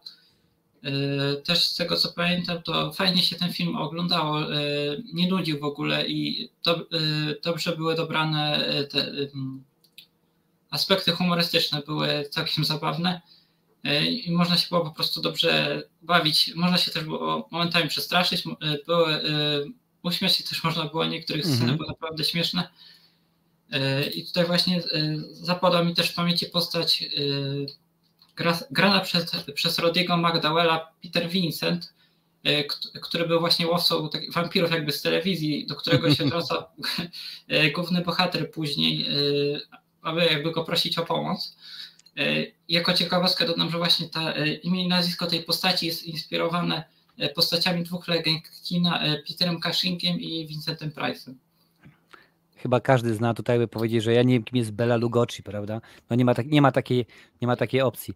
Ja tylko dodam, że w roli głównego wampira, czyli Jerry'ego Dandridge'a, wciela się Chris Sarandon, a ponieważ to jest Tom Holland, ten sam reżyser co Laleczki Chucky, więc Chris Sarandon również pojawił się w Laleczce Chucky, także tutaj jest tym głównym wampirem. Ja ci powiem, że mi się kolega właśnie naszego bohatera, Charlie Brewster się nazywa ten chłopak, ale jego kolega to jest Ed i rzeczywiście ten jego krzyk, tak, ten chichot strzygi, rzeczywiście dosyć fajny. Stephen Geoffreys w roli jego. Poprawnie, ale wydaje mi się, że tam dostajemy może nie scenę po napisach, ale coś w podobie rzeczywiście, że niby tam jest walka na koniec, oczywiście wampiry są killim, oni tam już odkładają łyżkę chili, no ale rzeczywiście jeden z nich przeżywa i to nie jest na zasadzie sceny po napisach, ale takiej krótkiej, po krótkich napisach, bo ten Evil Ed przeżywa i on tam jest, no. Rzeczywiście bardzo dobre. Technicznie film jest dosyć fajnie zrobiony, no bo rzeczywiście charakteryzacja dosyć poważna, co by tutaj nie mówić. No tutaj mam zwiastun wrzucony, nie pokażę wam, panie i panowie, no bo wiadomo, prawa autorskie YouTube by się pluł, ale rzeczywiście dobre kino, straszące. Nie wiem, czy coś w ogóle można jeszcze dodać do tej produkcji, panie i panowie, czy to rzeczywiście tak jest. Tutaj Psychol pisze, że teraz ludzie nie rozumieją tych horrorów. Zgadza się, bo gro osób patrzy na nie przez pryzmat właśnie technikaliów, a to chyba nie o to chodzi. Tak jak już mówiłem wcześniej, ktoś powie, ale bez sensu, no bo tam ona nie musiała uciekać, ale to są śmiem twierdzić, że bez tych właśnie produkcji, o których dzisiaj mówimy, nie byłoby zapewne, no co tu dużo mówić, Jamesa Wana i innych twórców. W tym filmie pojawia się również Christopher Lee, tutaj mam w tym momencie wpisane, ale tylko i wyłącznie jako jakieś tam nagrania archiwalne, oczywiście Dracula gdzieś tam w telewizji pewnie sobie brzęczał i nic. 7,0 na 10 ocena na IMDb, też poważna i co jest ważne, wtedy te filmy, Łukasz mówi o Postrachu nocy, ja mówiłem o kilku innych, ale one w większości przypadku mają albo R-kę, albo 18. I to nie jest tak jak teraz, że dostajemy film PG-13, horror PG-13. W ogóle, jak ty powiedz mi, Łukasz, jak ty podchodzisz do tego, kiedy otrzymujesz horror i patrzysz, że jest PG-13, czyli tak naprawdę dzieciaki tam z 5. klasy podstawówki mogą pójść zobaczyć. Czy w ogóle ciebie to coś takiego interesuje, czy raczej to totalnie nie, dziękuję bardzo, nie będę się wygłupiał, pójdę sobie tylko i wyłącznie na film, który będzie tylko powiedzmy dla dorosłych? Znaczy na takie produkcje właśnie skierowane do takich młodszych widzów, to raczej na bilet kina, raczej, na bilet do kina nie wydaje raczej pieniędzy. Myślę, że żeby na takie poważniejsze powiedzmy produkcje, które mnie bardziej interesują, takie prawdziwe horrory, że tak powiem, takie z krwi i kości, się wymienią. Tutaj nam Rafał podrzuca, że naznaczony miał PG-13 i żeby było śmieszne, naznaczony mi się bardzo podoba. Ale to akurat jest wyjątek, stanowi regułę, więc pewnie jest kilka produkcji, które mogą być. Tutaj Lance nam rzuca, że całe szczęście, że Craven ma mieć R. Oczywiście mowa oczywiście o filmie Craven the Hunter, Craven Myśliwy, Aaron Taylor Johnson w roli głównej. To jest oczywiście uniwersum Spidermana, uniwersum, jak to się nazywa? Sony uniwersum Spider-Manowe, czy jak tak, bo to nie jest MCU, on nie należy do MCU, ale rzeczywiście wracając do filmu Postrach nocy również mogę polecić śmiało, jak najbardziej dobre, straszne kino, a poza tym no, pewne zasady się tam tworzyły, tak, no i mamy powiedziane typu nie zapraszasz wampira, woda święcona, lustro, no i tak dalej, no ale to rzeczywiście potem to wszystko Leslie Nielsen zepsuł, a właśnie Mel Brooks w filmie o wampirach. No dobrze, to była twoja propozycja, teraz ja wezmę coś od siebie i słuchajcie, tak, ja akurat wezmę się za kolejnego mistrza gatunku.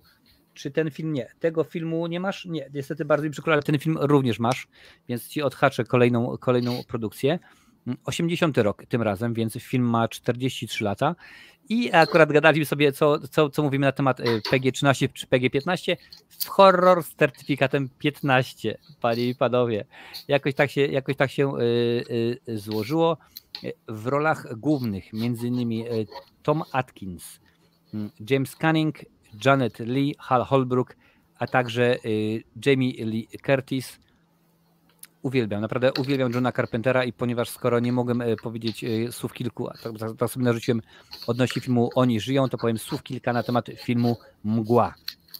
Rzeczywiście produkcja dosyć inna. Opis, bardzo, bardzo proszę.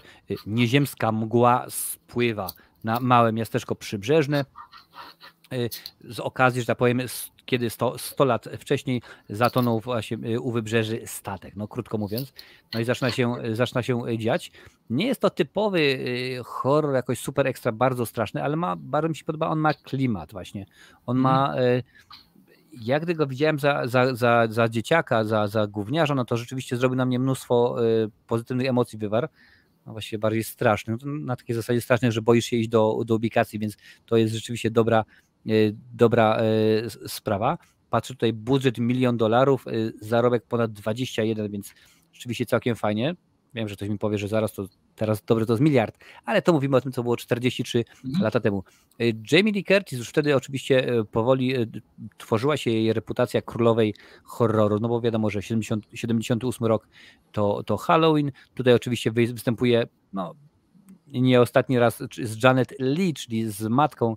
Panie później spotkają się razem chyba w Halloween H20 między innymi, ale film dobry, film ciekawy. Niekoniecznie przypadnie wszystkim do gustu, bo wiem, że on nawet napisał, że Galerian, że no chyba jestem jedynym z wielu, co nie lubią tej mgły.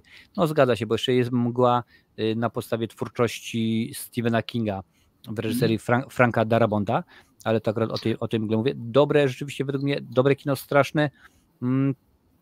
Carpenter pokazał, że potrafi zrobić klimat. Nie zawsze mu to wychodziło, bo były produkcje, o których po prostu zapominamy. O Królowa Krzyku, tutaj Kamalo dorzuca jak najbardziej, no ale Lancy pisze, że Mgła również gościła na moim VHS, spoko kino.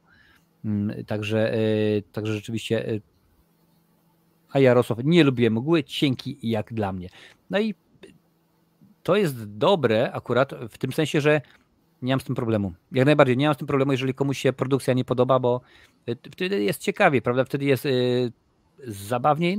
Jest interesująco, kiedy możemy sobie porozmawiać sobie i, że tak powiem, przerzucać się argumentami. Nie to na zasadzie, że film jest głupi i tyle. Nie, bo nie podoba mi się to i to. No i to jest właśnie o to chodzi. Ja zawsze mówię, w trakcie mojej recenzji ja wyrażam swoją opinię, a najlepiej jest po prostu weź, obejrzyj film i wtedy powiedz, co ty myślisz, bo inaczej no to nie ma co się wypowiadać na ten temat, jeżeli czegoś nie widzieliśmy.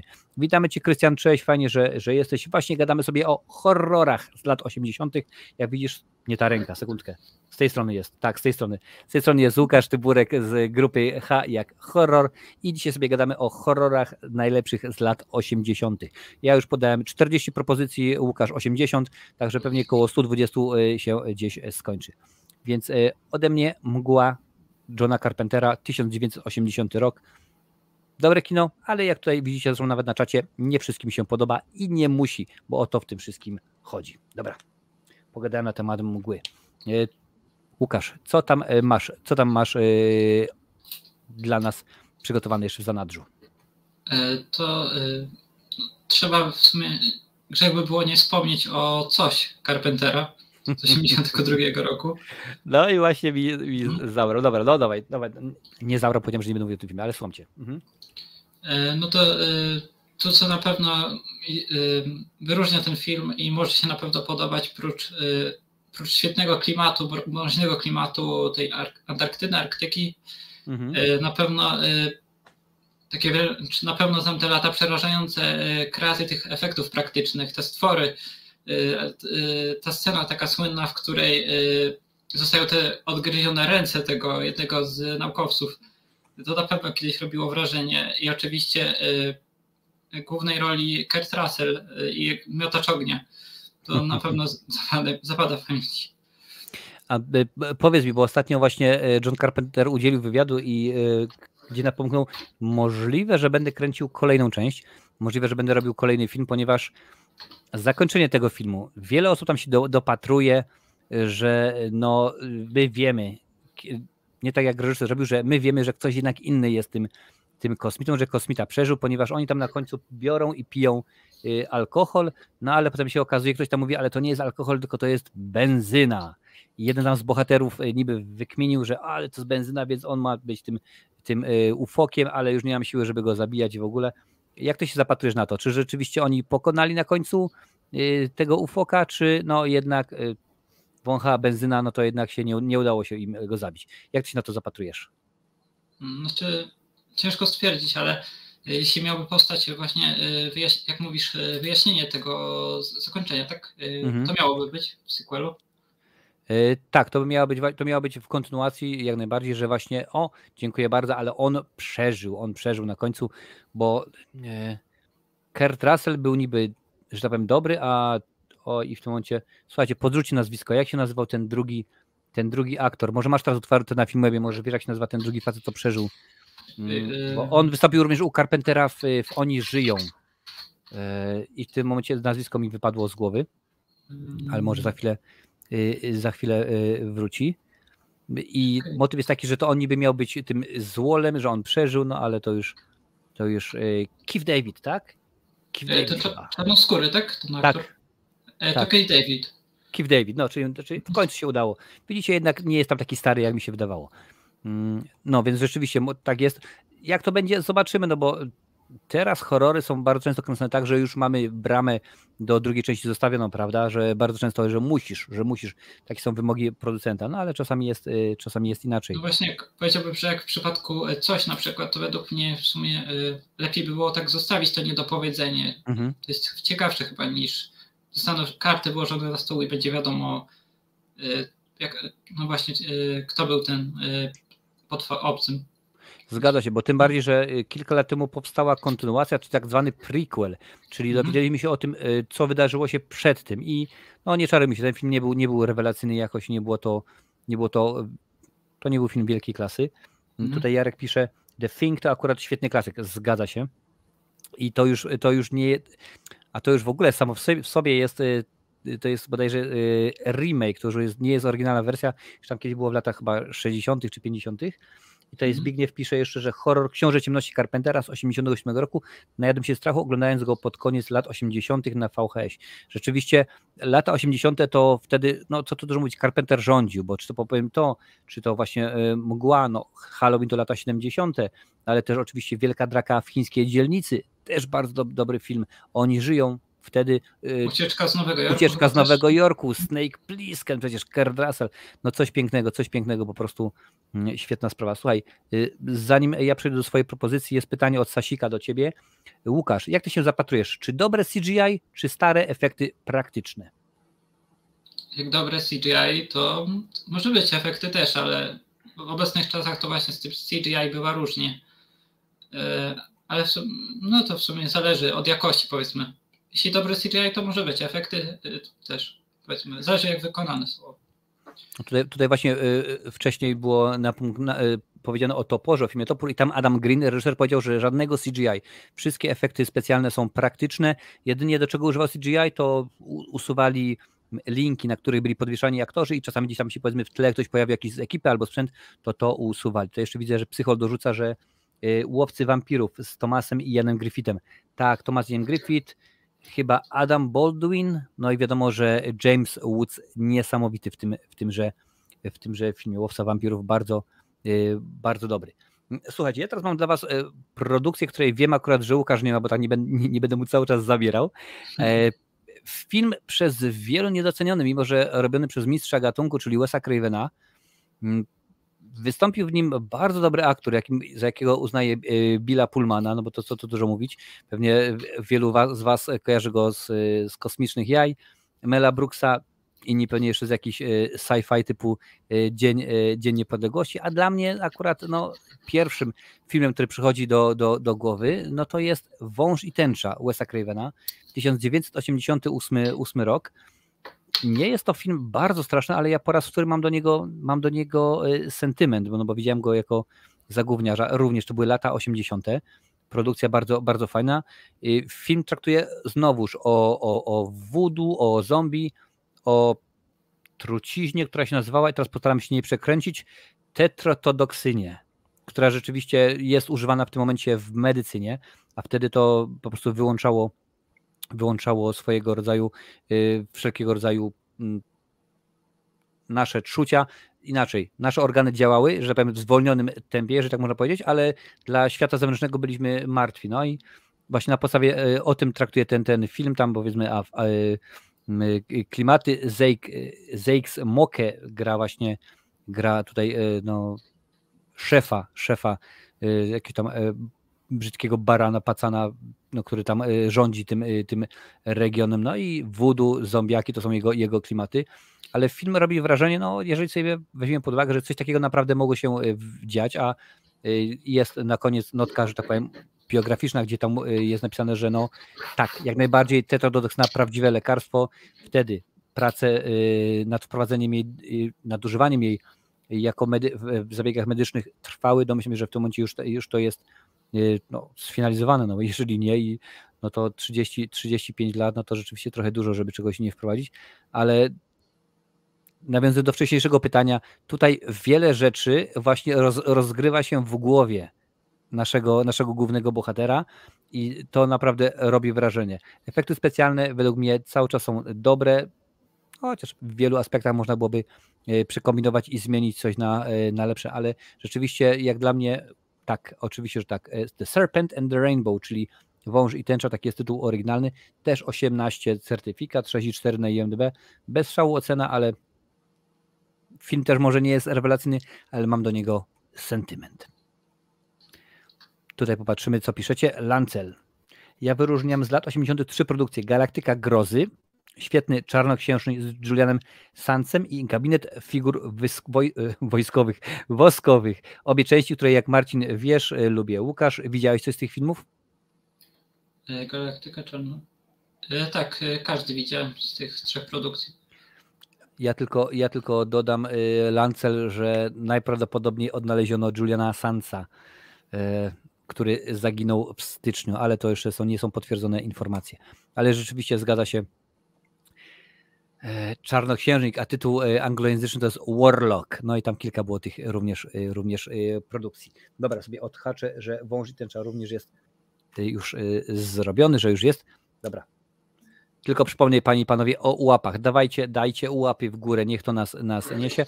My się tutaj spotykamy co niedzielę, odcinki na żywo, nie zawsze z gościem, przepraszam bardzo, ale zawsze omawiamy ciekawostki ze świata kultury, filmy, seriale, horrory i tak dalej, i tak dalej. A oprócz tego, no wiadomo, w tygodniu recenzje, w tygodniu shorty i tak dalej, i tak dalej.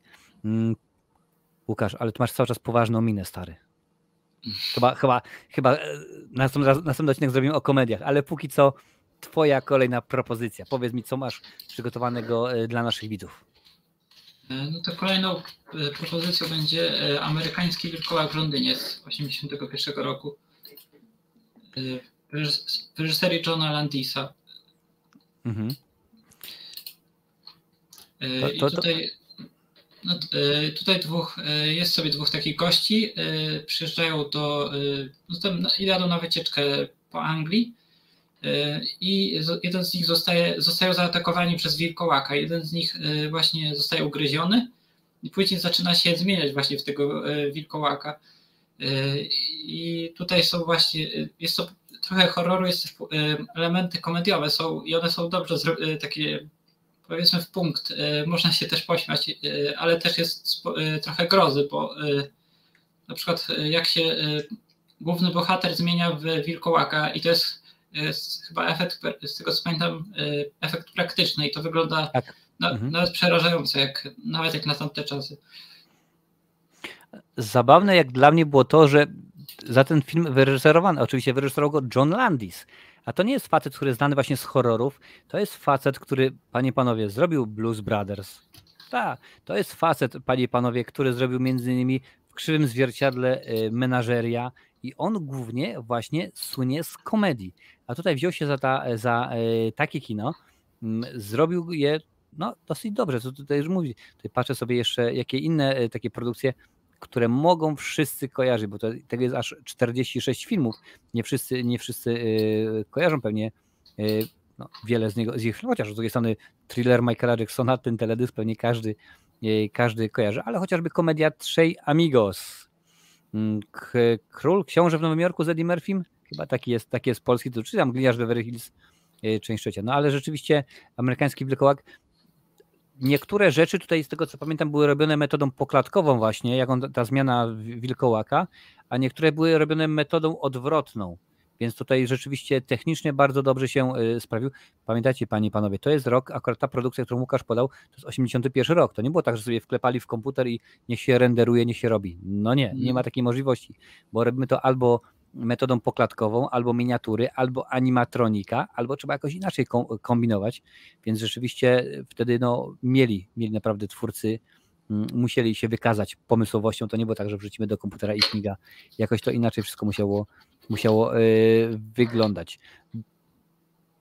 Dobra produkcja, rzeczywiście to jest komediowy horror, ja akurat starałem się dzisiaj nie poruszać.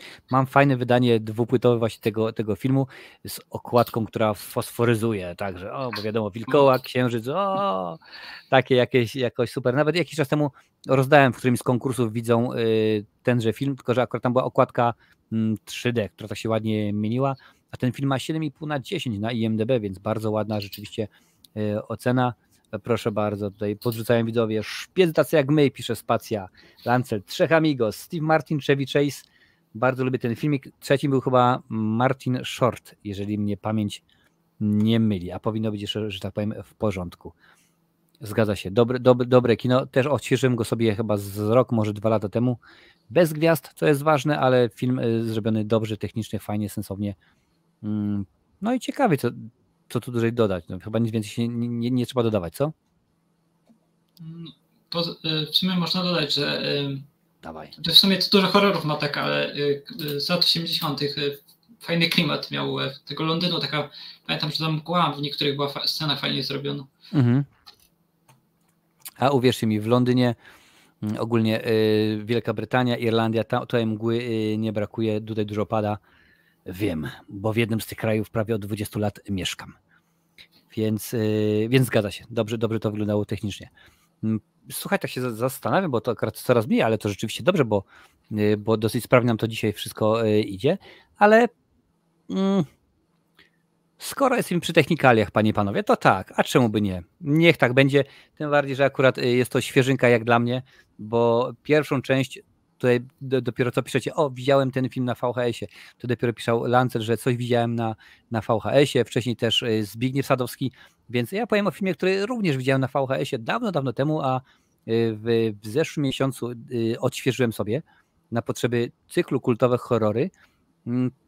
w tym filmie występuje no już również żywa legenda horrorów, Lance Henriksen, czyli facet, który oprócz tego, że wystąpił w tej produkcji, no to również pojawił się w chyba Hellraiserze 7 czy 8, to ten, którym debiutował Henry Cavill, czyli Superman. Pojawił się oczywiście w Obcym i w kilku innych znanych produktach, a dla mnie to będzie jak zawsze Frank Black z serii Millennium, a mowa o filmie Dyniogłowy, Pumpkinhead z 1988 roku, znowuż 88 rok. Film, ta produkcja to nie jest wybitny film, naprawdę to nie jest wybitny film, to nie jest wybitny horror, bo nie straszy jakoś cudownie, nie ma takiej możliwości. Powiedziałbym ze wszechmiar przeciętne kino z mojej strony, ale za reżyserię odpowiedzialny jest Stan Winston i to jest ważne, ponieważ to jest gościu, który no, jest legendą. W teorii Wielkiego Podrywu było powiedziane, że ktoś tam wymyślił czas, on wymyślił, można powiedzieć, efekty specjalne. Powiem tylko tak, Obcy, czyli to on właśnie, jego ekipa zrobiła Królówkę w drugiej części. Predator, tak, to on wymyślił, narysował, jak ma wyglądać Predator. Terminator i tak dalej, można byłoby powiedzieć.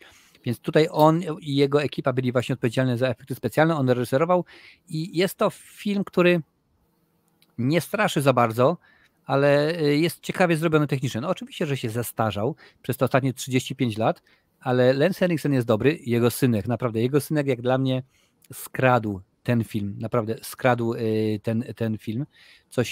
Coś pięknego, coś niesamowitego, że nawet może sprawdzę, czy jest napisane, kto wystąpi w roli jego synka, ale chyba rzeczywiście nie ma. A inaczej, pewnie jest imię podane, a ja już mogę nie kojarzyć. Film dobry, no Dyniogłowy, wiadomo, 4 części, każda kolejna gorsza od poprzedniczki. W trzeciej, jak już mówiłem, występuje nie Brad Dourif, tylko Doc Bradley, czyli nasz Pinhead i tak dalej. Ale ten film jest tylko i wyłącznie można obejrzeć, żeby dziękuję bardzo, odhaczyłem pamiętam, ale Stan Winston i Lance Henriksen tylko i wyłącznie dlatego warto ten film obejrzeć. I proszę bardzo, mamy u nas osobowości Madame Perfumella. Witam cię bardzo serdecznie. Fajnie, że jesteś. Tutaj spacja nam podrzuca, że Tom Savini również facet od efektów specjalnych. Możecie go kojarzyć. On grał między innymi, bo też jako aktor wcielał się w filmie Od zmierzchu do świtu Roberta Rodrigueza. Grał tam postać Sex Machine bodajże, tak się tam nazywał. Więc no rzeczywiście zgadza się. Pumpkinhead Dyniogłowy 6,2 na 10. Ja chyba oceniłem go podobnie, chyba gdzieś 6 na 10. Mówię, nie jest film wybitny, nie jest super świetny, ale to jest takie kino, które warto odhaczyć. A też nie chciałem powtarzać tego, co Łukasz, bo pewnie lista nam się zamknęła w 10 produkcjach, bo gro z nich nam się powtarzało. Ale to jest produkcja ode mnie. Zanim tutaj popatrzę, jeżeli przejdziemy do kolejnej produkcji, popatrzę, czy są jakieś pytania. Proszę bardzo, Lancel pyta. Wasz stosunek do opowieści Skrypty, to też lata 80. Nie dość dużo tego obejrzałem. Łukaszu, czy kojarzysz no właśnie ten serial, tak? Bo tam też było kilka filmów, ale to głównie serial jest. Serial tak, ale nie oglądałem serialu akurat. No to jest właśnie taki horror na wesoło, zdecydowanie bardzo, bardzo to akurat no, miło się wspomina, tak? No rzeczywiście technicznie te filmy, te odcinki nie były genialne, ale akurat były to w miarę fajnie zrobione. Katarzyna Dobak pisze, współczuję dzisiejszej młodzieży, że nie będą mogli w przyszłości wspominać tak jak my, że oglądali coś za dzieciaka na VHS-ie. No widzisz, były VHS-y, potem przyszły DVD, teraz są Blu-raye. Co będzie dalej? To filmy holograficzne, jakie kolejne nośniki? Co USB? Zobaczymy, ale zgadza się, VHS mają swój urok, zresztą dobrze wiecie, bo na tym kanale chyba zrobiliśmy 3-4 odcinki o VHS-ach, więc bardzo jesteście... A, tutaj jeszcze Kamala dorzuca, że Tom Savini, człowiek od łuku w Piątku 13. Tak, to jego rękę widać. To on robił efekty specjalne do Piątku 13.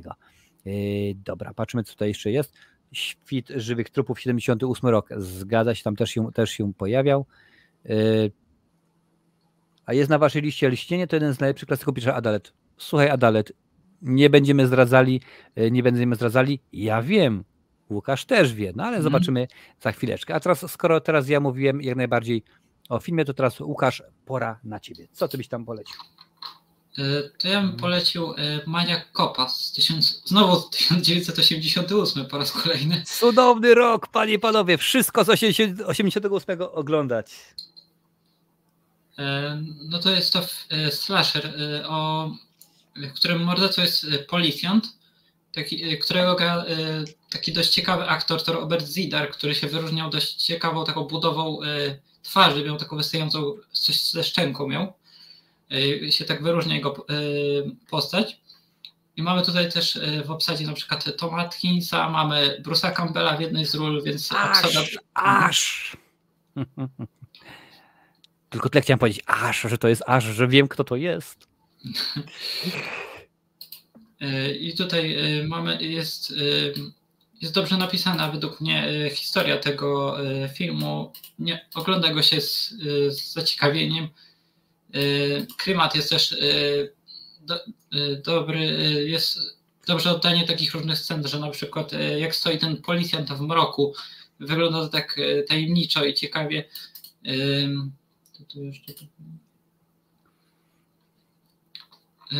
Maniac Cop ma też właśnie jeszcze, jest to trylogia, bo są, z tego co pamiętam, 3 części. Oczywiście każda gorsza od kolejnej, jak to było. Więc to najbardziej bym mógł polecić, tą pierwszą właśnie. Dla tych, którzy nie pamiętają, Robert Zidar to jest facet, który występował między innymi w filmie Tango i Cash. No i tam pojedynkował się ze Sylwestrem Stallone. Tutaj jeszcze dodam, że jeszcze w tym filmie występuje Richard Roundtree. No i tak, ponieważ dzisiaj przewija się motyw VHS-u, to tylko przypomnę, że on był oryginalnym Shaftem, panie i panowie. To jak najbardziej. A Tom Atkins, oprócz tego, że oczywiście wystąpił w tym filmie, to jest jak najbardziej jeszcze i Halloween 3, czyli Sezon Czarownic, to jest jeszcze Mgła. Kilka innych, Bruce'a Campbella chyba nie będziemy nikomu przedstawiać, bo nie ma takiej rzeczywiście potrzeby. Coś musiało być w tym 88 roku, że takie produkcje tutaj są. Maniac Cop też kilka razy właśnie był, widzowie podrzucali pod głosowanie, no ale nigdy się nie zdarzyło. Dla tych, którzy chcieliby dołączyć do głosowania, za każdym razem jak kończymy serię, a w tym momencie w Dyniogłowym zostało jeszcze chyba 4. część i 5. jako odcinek z ciekawostkami, czyli jak powstawała, później właśnie zawsze na początku jest głosowanie, to widzowie, więc wy wydajecie i Maniac Cop nigdy nie przeszedł, że tak powiem, fazy głosowania. Tutaj jeszcze widzę, że dorzucają ludzie pytania. Chyba 2 live'y były z językiem, z Szymonem z językiem filmu o VHS-ie. Z Szymonem był jeden, bo drugi był o Terminatorze, bo wiadomo, że ja tak samo jak ja mam korbę na punkcie Predatora, to Szymon jest, a przy okazji bardzo dobrze się zna na Terminatorze. Także zgadza się. Popatrz, tutaj widzowie podrzucają, że jeszcze Blob jest z 88. Blob 88 jest dobry. Więc rzeczywiście coś musiało być w tym roku 88, że tyle świetnych produkcji. Maniac Cop. Czy ja mam Maniac Cop? Nie, akurat ja sobie go nie wrzucałem. Więc Maniac Cop sobie mogę odhaczyć, ale rzeczywiście zgadza się, panie i panowie, zgadza się a czemu by nie? Skoro jesteśmy w roku 88, to zostanę przy tej produkcji i to akurat Łukasz też będzie się krzywił na mnie, bo również ma ten film na liście i to musisz mnie poratować, Łukaszu, jaki jest polski tytuł filmu? Plazma po polsku. Plazma, The Blob, czyli Plazma, panie i panowie. O tym filmie jest oczywiście mowa. Występują tutaj, to jest ważne, w rolach głównych, między innymi Shawnee Smith, Kevin Dillon. Ktoś powie, a kto to jest Shawnee Smith? A ja tylko powiem, a na przykład Amanda z Ripiła. Co wy na to? A już wtedy rzeczywiście pojawiała się tutaj i pojawia się oczywiście Paul McCrane, którego możemy kojarzyć z Robocopa oryginalnego. To jest ten, co go Murphy rozsmarowuje na masę. Kilka rzeczywiście innych postaci. Co jest ważne, reżyserem tego filmu jest Chuck Russell. I no jak najbardziej w latach 80. on szalał, jeżeli chodzi o horrory, bo to mamy w tym momencie Plazmę, czyli The Blob, tak? Który już jest, z tego co pamiętam, to już jest nowa wersja, ale był również Koszmar z ulicy Wiązów 3 między innymi, czyli Freddy Krueger, no to jedna z tych lepszych części, bo 3 i 4 to w miarę się sprawdzały, po czym nie wiedzieć skąd nakręcił komedię z Jimem Carreyem Maska, która, jak zresztą wspomniany Szymon z kanału Język Filmu zrobił filmik, miała być w oryginale horrorem. Potem troszeczkę się to rzeczywiście zmieniło. Fabuła, no nie wiem czy trzeba, ale dobre, tak, żeby odhaczyć na zasadzie, wiecie, Wikipedia, wujek Google. ufol, tak, można powiedzieć, kosmita przylatuje do małego miasteczka, no i niszczy, zjada wszystko, co jest na jego drodze, no i przyjeżdża oczywiście rządowy, jakaś tam agencja rządowa, wiecie, FBI, KGB, PKP, czy jakaś tam inna 3-literówka, no i zaczyna się jazda, zaczyna się kombinowanie. Mamy młodego Grimnego, w tej roli oczywiście Kevin Dillon, wiesz, motor, skóra, te klimaty, jest wszystko rzeczywiście jak powinno być. No i co tu dużo mówić, taki film, który nie jest to kino wybite, też widzę, że Bill Moseley się pojawił, proszę bardzo. Też postać może niekoniecznie jest wszystkim znana, ale chociażby pojawiał się w Nocy Żywych Trupów albo w Domu Tysiąca Ciał, czy chociażby Devil's Rejects. Więc tak słucham, bo akurat czasami jest tak, że mi dzieciaki płaczą, no ale akurat póki co nie jest najgorzej. 6,6 na 10 według IMDb. Według mnie troszeczkę wyżej bym ten film pewnie ocenił, gdzieś w okolicach 7, ale no nieczęsto tutaj się pojawiają ufoki u mnie, przynajmniej na liście. Raczej to akurat głównie się trzymam horrorów, ale tak, jak najbardziej Blob, czyli Plazma może być. Do zobaczyska Adaś, cześć, na raziątko. Więc jest tutaj dobrze. Patrzę już tutaj, co piszecie. Dobrze wspomniałem też horror Srebrna Kula z 1985 roku, pisze Zbigniew Sadowski. No też nie najgorzej. A tak naprawdę, Zbigniewie, ty jesteś tak gdzieś w podobie moim wieku, więc wtedy się oglądało wszystko, co było. Blob jest całkiem spoko kino, też miałem na VHS-ie, pisze Lancel. A czego ty, Lancel, na VHS-ie nie miałeś? Ale to wiadomo, jak to było, to się nagrywało wszystko, co szło. 1984, thriller długi teledysk Michaela Jacksona, to mi się kojarzy na myśl o horrorach z tamtych lat. No widzisz, Madame Perfumela, i to jest żółta kartka, bo gdybyś wróciła i była jak Łukasz mówił o wilkołaku, amerykańskim wilkołaku w Londynie, to mówiliśmy akurat wtedy, bo John Landis go reżyserował, zgadza się, chyba z 18 minut ma thriller Michaela Jacksona, wersja oczywiście, że tak powiem, pełna, zgadza się. Także tak to wyglądało. Blob ode mnie i Blob, nawiązując do tego, co mówił wcześniej Rafał, certyfikat 15, no ale Blob bardzo, bardzo straszny akurat nie jest, no to nie ma co do tego dwóch zdań. Teraz ty, Łukasz. Okej, to u mnie kolejnym filmem będzie Cmentarz dla zwierzaków z 1989 roku. No to tutaj nie będę fabuły raczej przedstawiał, bo to chyba większość kojarzy, klasyk, na podstawie powieści Kinga. Ale co powiem, co mi się tak na przykład podobało, to na pewno postacie, na przykład ten Cage Creed, postać dzieciaka właśnie tego, czy Church właśnie, to taka ikoniczna, powiedzmy, zwierzęca postać z horrorów. A najbardziej to chyba właśnie, nie pamiętam jak ona się nazywała, to taka przerażająca postać tej takiej wychudzonej kobiety. Pamiętasz? Nie pamiętam, wiesz, ale zaraz sprawdzę nawet. Nie pamiętam jak ona się nazywała. Proszę bardzo, tutaj mam już w tym momencie już patrzę, jak się przerażona kobieta. No, Rachel Creed, czyli Dennis Crosby wcielała się jakąś postać, ale nie wiem, czy to właśnie chodziło o to. Tak, Gage Creed to był ten synek Miko Hughes w tejże roli, oczywiście mowa o tym chłopczyku, ale on wszędzie takie przerażające postaci grał, no chociażby w rzeczonym oczywiście Nowym Koszmarze Wesa Cravena. Zgadza się. Tutaj tak patrzę sobie w roli ojca rodziny Dale Midkiff. To dla tych wszystkich starów, którzy dzisiaj są na czacie, on występował w takim serialu, którym przynosi z przyszłości, aż muszę nawet sprawdzić, czy on Time Tracks, tak, Time Tracks się nazywał, rzeczywiście, bardzo fajnie. Ale mam pytanie do ciebie, Łukaszu, bo jak już wspomniałeś wcześniej, to jest na podstawie Stephena Kinga, a Stephen King, właściwie no, ekranizacje jego są znane z tego, że do najlepszych nie należą. Pod warunkiem, że są to horrory. No bo wiadomo, że mamy Zieloną Milę, mamy Skazani na Shawshank, ale to nie są horrory. A jeżeli już dostajemy horror, to przez lata się utarło tak, że no, to są takie filmy, które mogą być bez szału, nie urywa. Że tak powiem, cytując Maciego Borka, czy mógłbyś nam uplastycznić ty? Co myślisz na ten temat? W sensie, co sądzę ogólnie o horrorach na podstawie Kinga, tak? Na podstawie Kinga, tak.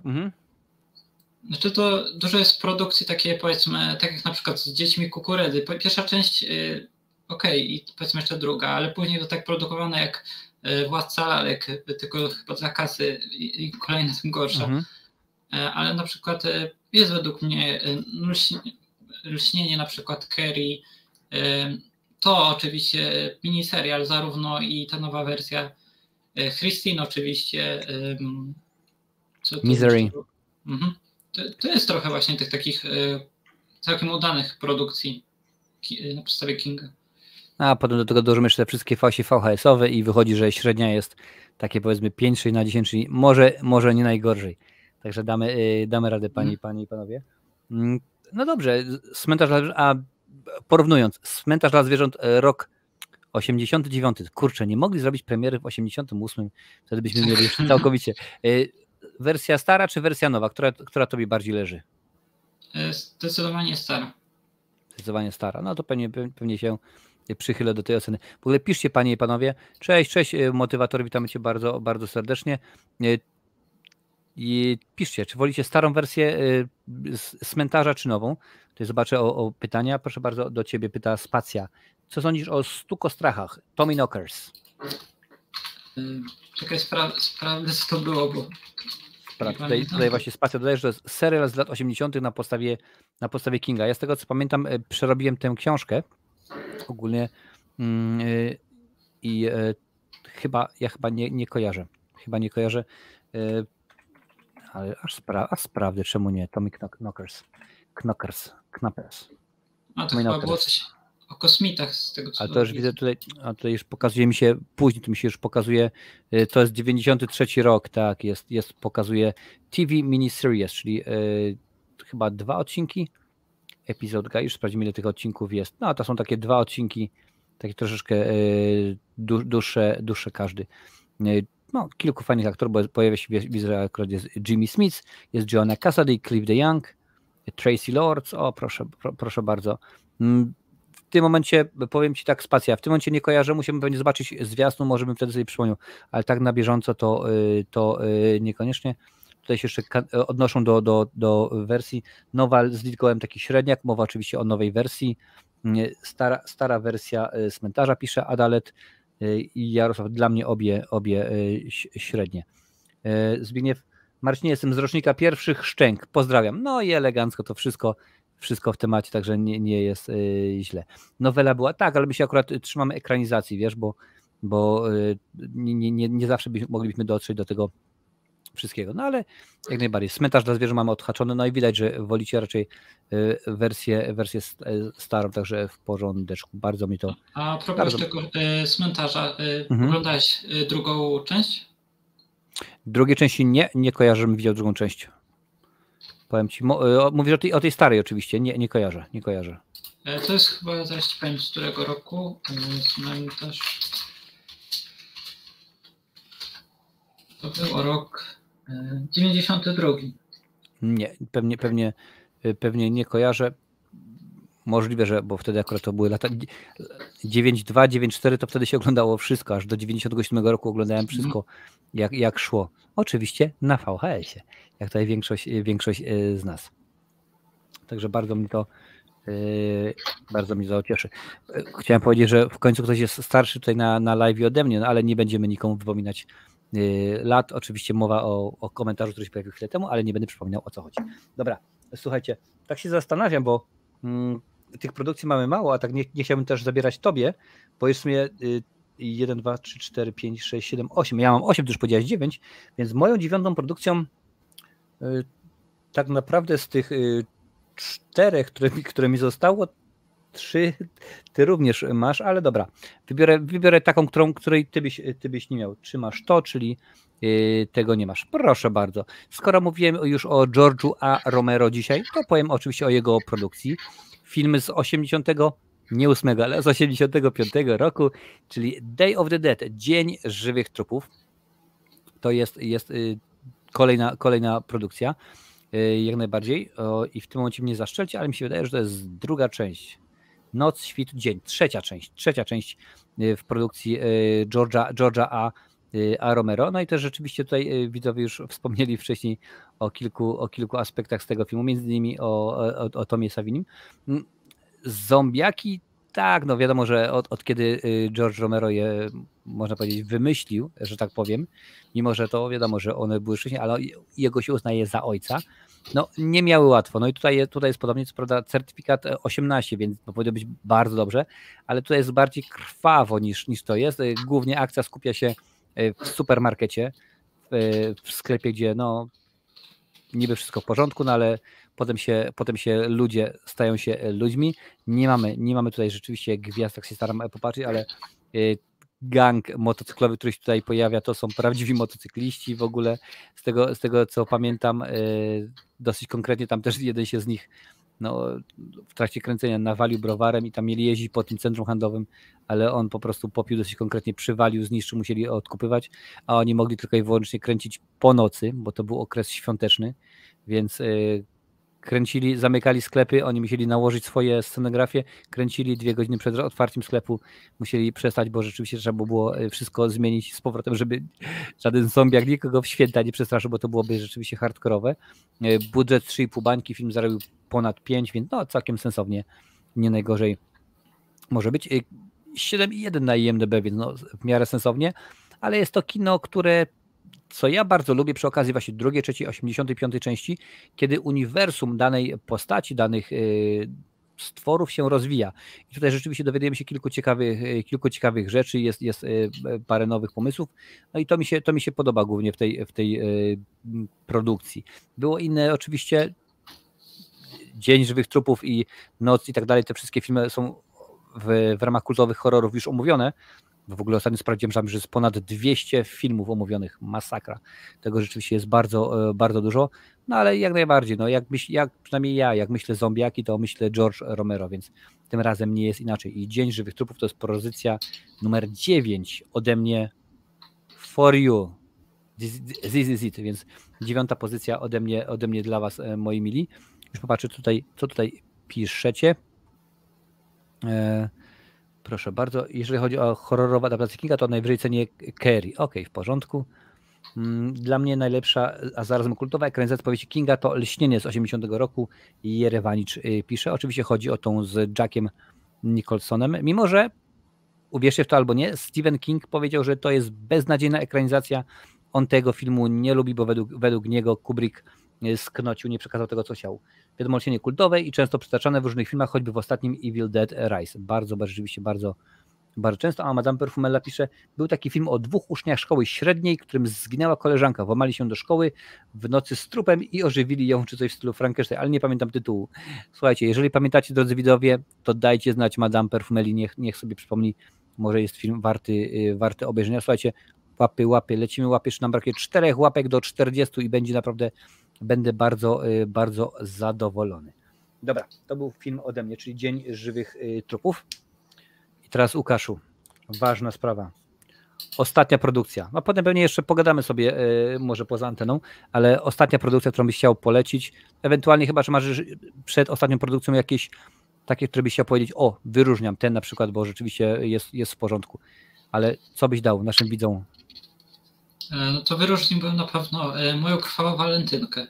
Ten slasher z 81. Bloody Valentine, okej.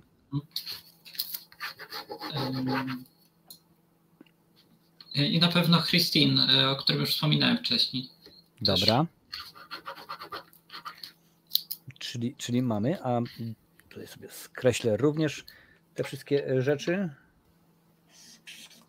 A co byś jeszcze podał jako propozycję, którą no rzeczywiście powinniście, bo to jest też powiem wam widzowie w ten sposób, że za tymi produkcjami, które ja podaję, które podajemy razem z Łukaszem, jak najbardziej podpisujemy się, możecie spokojnie oglądać je, to są filmy z takich powodów, jak podajemy. Niektóre są powiedzmy dobre, bo jest aspekt techniczny fajny, inne wpisują się w pewien kontekst.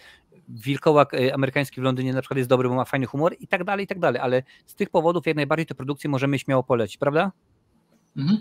Dobra, no to co masz dla widzów jeszcze, jaką byś propozycję jeszcze podrzucił? No to Powrót Żywych Trupów, z tego samego roku co Dzień Żywych Trupów. To jest, nie wiem czy każdy kojarzy, ale to jest kontynuacja jakby historii przedstawione w Nocy żywych trupów Romero. I to jest naprawdę jeden z takich lepszych właśnie horrorów komediowych o zombie. Wiele zabawnych, można się naprawdę uśmiać momentami. Też tutaj są fajnie zrobione właśnie te postacie tych zombiaków. One nie wiem, czy w tej części, czy w drugiej nawet potrafiły gadać. Z tego co pamiętam, było to zabawne. Tam jest mnóstwo tych części, bo kiedy robiłem właśnie Żywe Trupy, czyli filmy Romero, również robiłem to. Ja za chwilę może wytłumaczę, o co chodzi, bo to jest różnica pomiędzy tamtymi filmami a tymi. Nie w języku polskim, ale w języku angielskim. No ale no, mów dalej, Łukasz. A to jak wspomniałeś, to właśnie jest 5 części tej serii. Pierwsze 3 do obejrzenia, a 4, 5 to raczej nie warta czasu. I tutaj mamy, że może przeczytam taki krótki bardzo opis. Opady deszczu zmieszanego z chemikaliami przywracają zmarłych do życia. I tutaj właśnie jest właśnie początek, znaczy te zombiaki, właśnie za pomocą tych ludzie się przemieniają w te zombiaki i jest taka scena właśnie dość zabawna i kultowa z takim zombiakiem w piwnicy, który goni kobietę i krzyczy mózgi, mózgi. Zapamiętałem właśnie z tego filmu. On się w ogóle przewija przez kilka części, ten sam zombiak. On tam pojawia się bodajże w drugiej, trzeciej części również. Zgadza się, a to było pogrywanie oczywiście z filmów Romero. Bo reżyserem tej produkcji jest Dan O'Bannon i to właśnie panowie obaj zrobili pierwszą część, ale potem Romero chciał iść na poważnie, a O'Bannon powiedział, nie, będzie jajo, będziemy się brechtać, będziemy robić z tych zombiaki, wiesz, one polecą w kosmos i w ogóle. No i nie mogli się dogadać i to jest taka zasadność, że poszli do sądu, bo chodziło oczywiście o tytuł Zombiaki, martwe, żywe trupy, jak tam zwał, tak zwał. I ja mówię, to nie ma zasadności w Polsce, ale w Ameryce jest tak, że filmy, które chciał kręcić Romero, mogły nosić tytuł of Dead, na przykład dzień nieżywych trupów, Day of the Dead, Night of the Dead, czyli jakby dosłownie tłumaczyć, czyli dzień śmierci, albo dzień umarlaka, albo martwego, a jeżeli coś robił O'Bannon, to musiało nosić tytuł żywy trup, Living Dead, Return of the Living Dead i tak dalej, ale że akurat nasi tytułolodzy, a właściwie bardziej chyba dystrybutorzy stwierdzili, że zarobimy na tym, no to akurat tak poszło, a to jest rzeczywiście komedia, horror.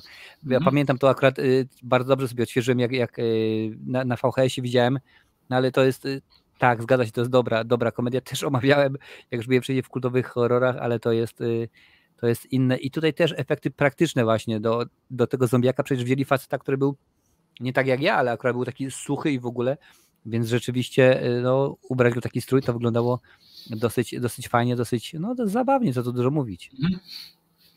Także rzeczywiście propozycja bardzo fajna, tam było więcej i to cały czas akurat, jeżeli chodzi o Living Dead, to cały czas było utrzymywane w konwencji komediowej, w konwencji jak najbardziej zabawnej. 7,3 na 10, więc całkiem dobra ocena, certyfikat 18, bo jest krwawo rzeczywiście, ręki, głowa, wszystko i tak dalej, tak jak mówiłem, mózgi, to jest jajo, to jest wszystko na brechę zrobione, ale jak najbardziej to się wpisuje, może być, a czemu by nie?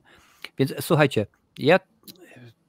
ja mam dla was taką jeszcze jedną propozycję, bo akurat mam, że chciałbym wyróżnić dwie. Na pewno chciałbym wyróżnić Martwe Zło oryginalne Sama Raimiego, ale akurat tak stwierdziłem, że nie będę dzisiaj dawał 2 części pod rząd, bo tak troszeczkę słabo można pogadać o innych tytułach i z tego samego powodu chciałbym wyróżnić Hellraisera 2, więc tutaj Łukasz już mówił wcześniej o pierwszej części, więc nie będę mówił, a powiem o filmie, który zresztą sam reżyser powiedział tego filmu, który jest zżynką, który jest kopią, który jest podróbą i miał być tylko i wyłącznie podróbą. Ten film nie jest wybitny, nie jest ze wszechmiar wybitny. Jego nazwa już dzisiaj tutaj padała. 80 rok, nie 88, a 80 rok. Film, którego reżyserem jest Sean S. Cunningham, bo o tym dżentelmenie mowa, a produkcja nosi tytuł Piątek 13. Pewnie 1 nie jest najlepsza, bo rzeczywiście nie jest najlepsza. Były gorsze produkcje mimo wszystko, jak na przykład Jason na Manhattanie, albo i tak dalej. Mam fajną korelację pomiędzy Jasonem a Victorem Crowleyem, ale to akurat o toporze pogadamy sobie innym razem i to za kilka tygodni. Co w tym filmie jest dobre? No jest Tom Savini między innymi, jak na przykład tutaj było mówione wcześniej o ręka z łukiem, ale tak samo ręka, która podrzyna gardło, czy tam przebija gardło Kevina Bacona. To również jest Tom Savini. Kevin Bacon jak najbardziej pojawia się w tym filmie, nie debiutuje, bo on już debiutował u wspomnianego wcześniej przez Łukasza Johna Landisa w filmie W krzywym zwierciadle Menażeria, ale tutaj się rzeczywiście Kevin Bacon pojawia. Dobry jest zwrot akcji i to, co właśnie gro osób myli sobie, że tak, zgadza się, że to w Piątku 13 pierwszej części Jason zabija, to nie zabija Jasona, bo Jasona tak naprawdę jako zabójcę, chociaż nie wiem, czy się zgodzisz, bo tam ktoś mógł powiedzieć, ale on przecież tam się pojawia na końcu, na chwilę z łódki i tak dalej. No ale to nie ten Jason, którego my znamy, tak? Bo nawet w drugiej części on nie ma tej swojej hokejowej maski słynnej, bo ma worek parciany. Dopiero ta maska się pojawia w trzeciej części, a ja mam ją tutaj, nie widzicie, tutaj tak nad moim, tak troszeczkę widzicie tej maski, a druga maska, tutaj mam dwie maski Jasona, a czemu nie? Kto bogatemu zabroni? A tym bardziej mi. Ja nie jestem bogaty, ale mamy dwie maski jego i tak dalej, i tak dalej. Gwiazd, no jest Kevin Bacon, ale tak naprawdę wtedy jeszcze tak zwany no name. Nic wielkiego, nikt super fajny, ale ten film, jak zresztą Cunningham sam powiedział, to była zżynka z Halloween, bo on widział jak Halloween się rozrasta. W 80 roku to już była chyba druga część Halloween i on chciał po prostu na tym spieniężyć, dlatego powstał Jason Voorhees, to też akurat, ponieważ w tym miejscu, gdzie kręcono ten film, Voorhees to w ogóle nazwisko jest holenderskie i akurat tam była dosyć konkretna, nie wiem, kiedy były kolonializm i tak dalej, te klimaty, osiedlili się właśnie Holendrzy, więc nazwisko tam było popularne, więc też poszło to dosyć konkretnie w ten sposób, ale czemu nie, w ogóle sama Betsy Palmer, która wystąpiła w roli Pameli Voorhees, nie chciała w tym filmie wystąpić. Stwierdziła, że on jest głupi, scenariusz, że beznadziejny. No, wcale nie. No, chyba jest rzeczywiście. No ale potem się okazało, że producent przyszedł i powiedział: pani Betsy Palmer, a co by było, gdybyśmy troszeczkę dołożyli dolarów do tego czeku, który pani otrzyma za ten film? Ona na to rzeczywiście w porządku, bo potrzebuje kupić sobie nową pralkę czy coś, no nieważne. No i się zgodziła. A warto, żebyście wiedzieli, że Betsy Palmer to nie jest tam jakaś zwykła sobie kobitka skądś, tylko to jest rzeczywiście, to była wtedy aktorka znana, rzeczywiście nagradzana, poważna, no ale to różnie to się działo. Czasami się pojawił Max von Sydow w horrorze, a czasami jeden, drugi, trzeci odmówił. Film, który trzeba obejrzeć, bo to jest klasyk po prostu. Nie trzeba go kochać, nie trzeba go lubić jak najbardziej, ale trzeba go znać, bo no, Jason to jest największy zabijaka. Wiem, że jego tutaj nie ma, ale to jest największy zabijaka, bo widziałem porównanie, Michael i Freddy nawet nie mają do niego podejścia, bo on tam chyba coś z 200 osób rozwalił na tej swojej drodze, a panowie tam po kilkadziesiąt czy coś co najwyżej. Ale Jason no po prostu jest nie do zatrzymania, można go rozjechać ciągnikiem i da radę. Słuchajcie, on za 500 plus wyżyje, także facet jest niesamowity. Krew leje się, zwrot akcji jest ciekawy, to nieczęsto się zdarza w horrorach. 6,4 na 10 na IMDb, tak, zgodziłbym się, że tak gdzieś w okolicach 6 ten film powinien oscylować, 7 to byłoby maksymalnie. Tutaj widzę, że piszecie, dla mnie 3 najlepsza, pisze Kamalo. Jason na Manhattanie, gdzie Manhattanu było ostatnie 5 minut, no tam to Manhattan udawał Toronto, tak? Toronto udawało Manhattan. Ja jakoś nie lubię Piątku 13. No i właśnie to o tym mówię, że to nie jest genialny film. Jason Goes to Hell, przypominam milczeniem, nota 1.10. Mucha z Jeffem Goldblumem. Ja tak mówiłem tutaj wcześniej, ja Muchę nie dawałem, dlatego że dla mnie to jest bardziej sci-fi. Przypomnę tylko i wyłącznie, że filmów, których ja nie dałem, bo dla mnie są sci-fi. Predator, coś, Mucha, Autostopowicz, no Autostopowicz bardziej thriller. Gremliny, Videodrom, Obcy 2, Tworzywo, a także Oni żyją. Te filmy usunąłem, ponieważ według mnie one są bardziej czymś innym niż horrorami, ale zgodzę się jak najbardziej. Mucha Cronenberga to jest dobry, mocny film.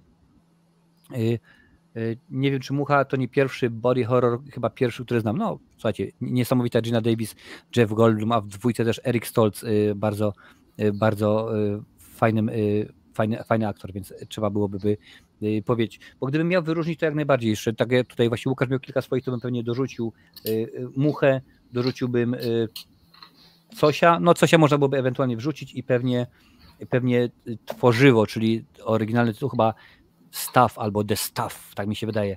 Jakiś taki byłby tytuł. Ale słuchajcie, teraz mam pytanie do widzów, a także do ciebie, Łukaszu, bo skoro jestem przy piątku 13 i pojawił się dzisiaj oczywiście Fryderyk Krugerowski, czy znasz aktora, czy znacie aktora, który wystąpił jako Michael Myers, Freddy Krueger, a także Jason Voorhees?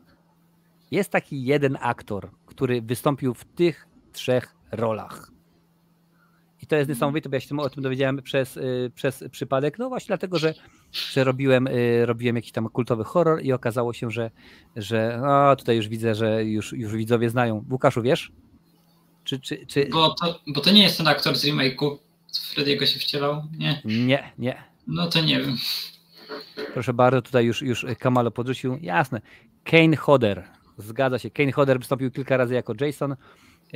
Jako Michael Myers wystąpił w jednej części, on tam akurat bardziej był kaskaderem, a jako Freddy jest to właśnie to chyba Jason Goes to Hell, gdzie w pewnym momencie na końcu tam jest odkryta maska Jasona, że on niby przeżył, pojawia się ręka Freddy'ego i on go bierze, ściąga do piekła.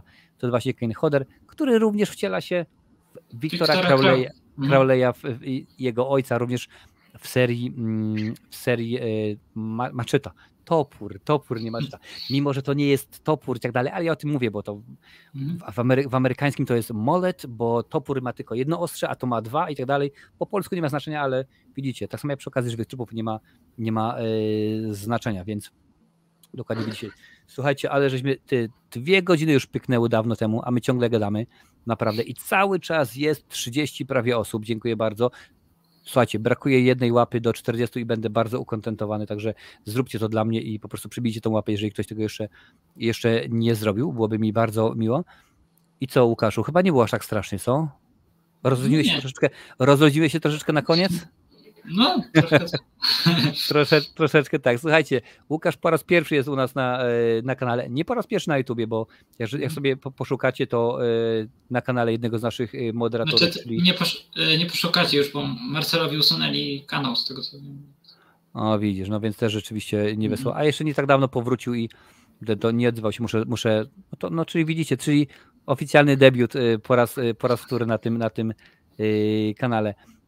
Słuchaj, Łukaszu, czy chciałbyś jeszcze dodać coś do widzów, zanim się z nimi pożegnamy? No to jeszcze raz mogę wspomnieć, że kto lubi horrory i szuka jakiejś ciekawej grupy o horrorach, to zapraszam do mojej grupy H jak horror na Facebooku. Miło by było, jakbyście dołączyli. W opisie, a także na czacie teraz wam włączam, jak najbardziej możecie kliknąć i możecie dołączyć. W tym momencie grupa będzie rosła. Mówię, tam jest mnóstwo osób, kilka tysięcy ludzi, więc na pewno znajdziecie swojego kompana, osobę, której się spodoba. My chyba zrobimy nagrywkę, co? Posiedzimy sobie jeszcze chwilę. Masz czas, czy trzeba iść spać? Jak to jest u ciebie? Jeszcze chwilkę mam jeszcze. Możemy chwilkę, proszę bardzo, chwilkę możemy już pogadać. Więc słuchajcie, zrobimy w ten sposób, żeby było łatwo. Jeżeli chcecie do nas dołączyć, w tym momencie wysłałem link na StreamYarda. Wystarczy, że na niego klikniecie i to was przeniesie do nas na zaplecze, a tam to będziemy ogarniać.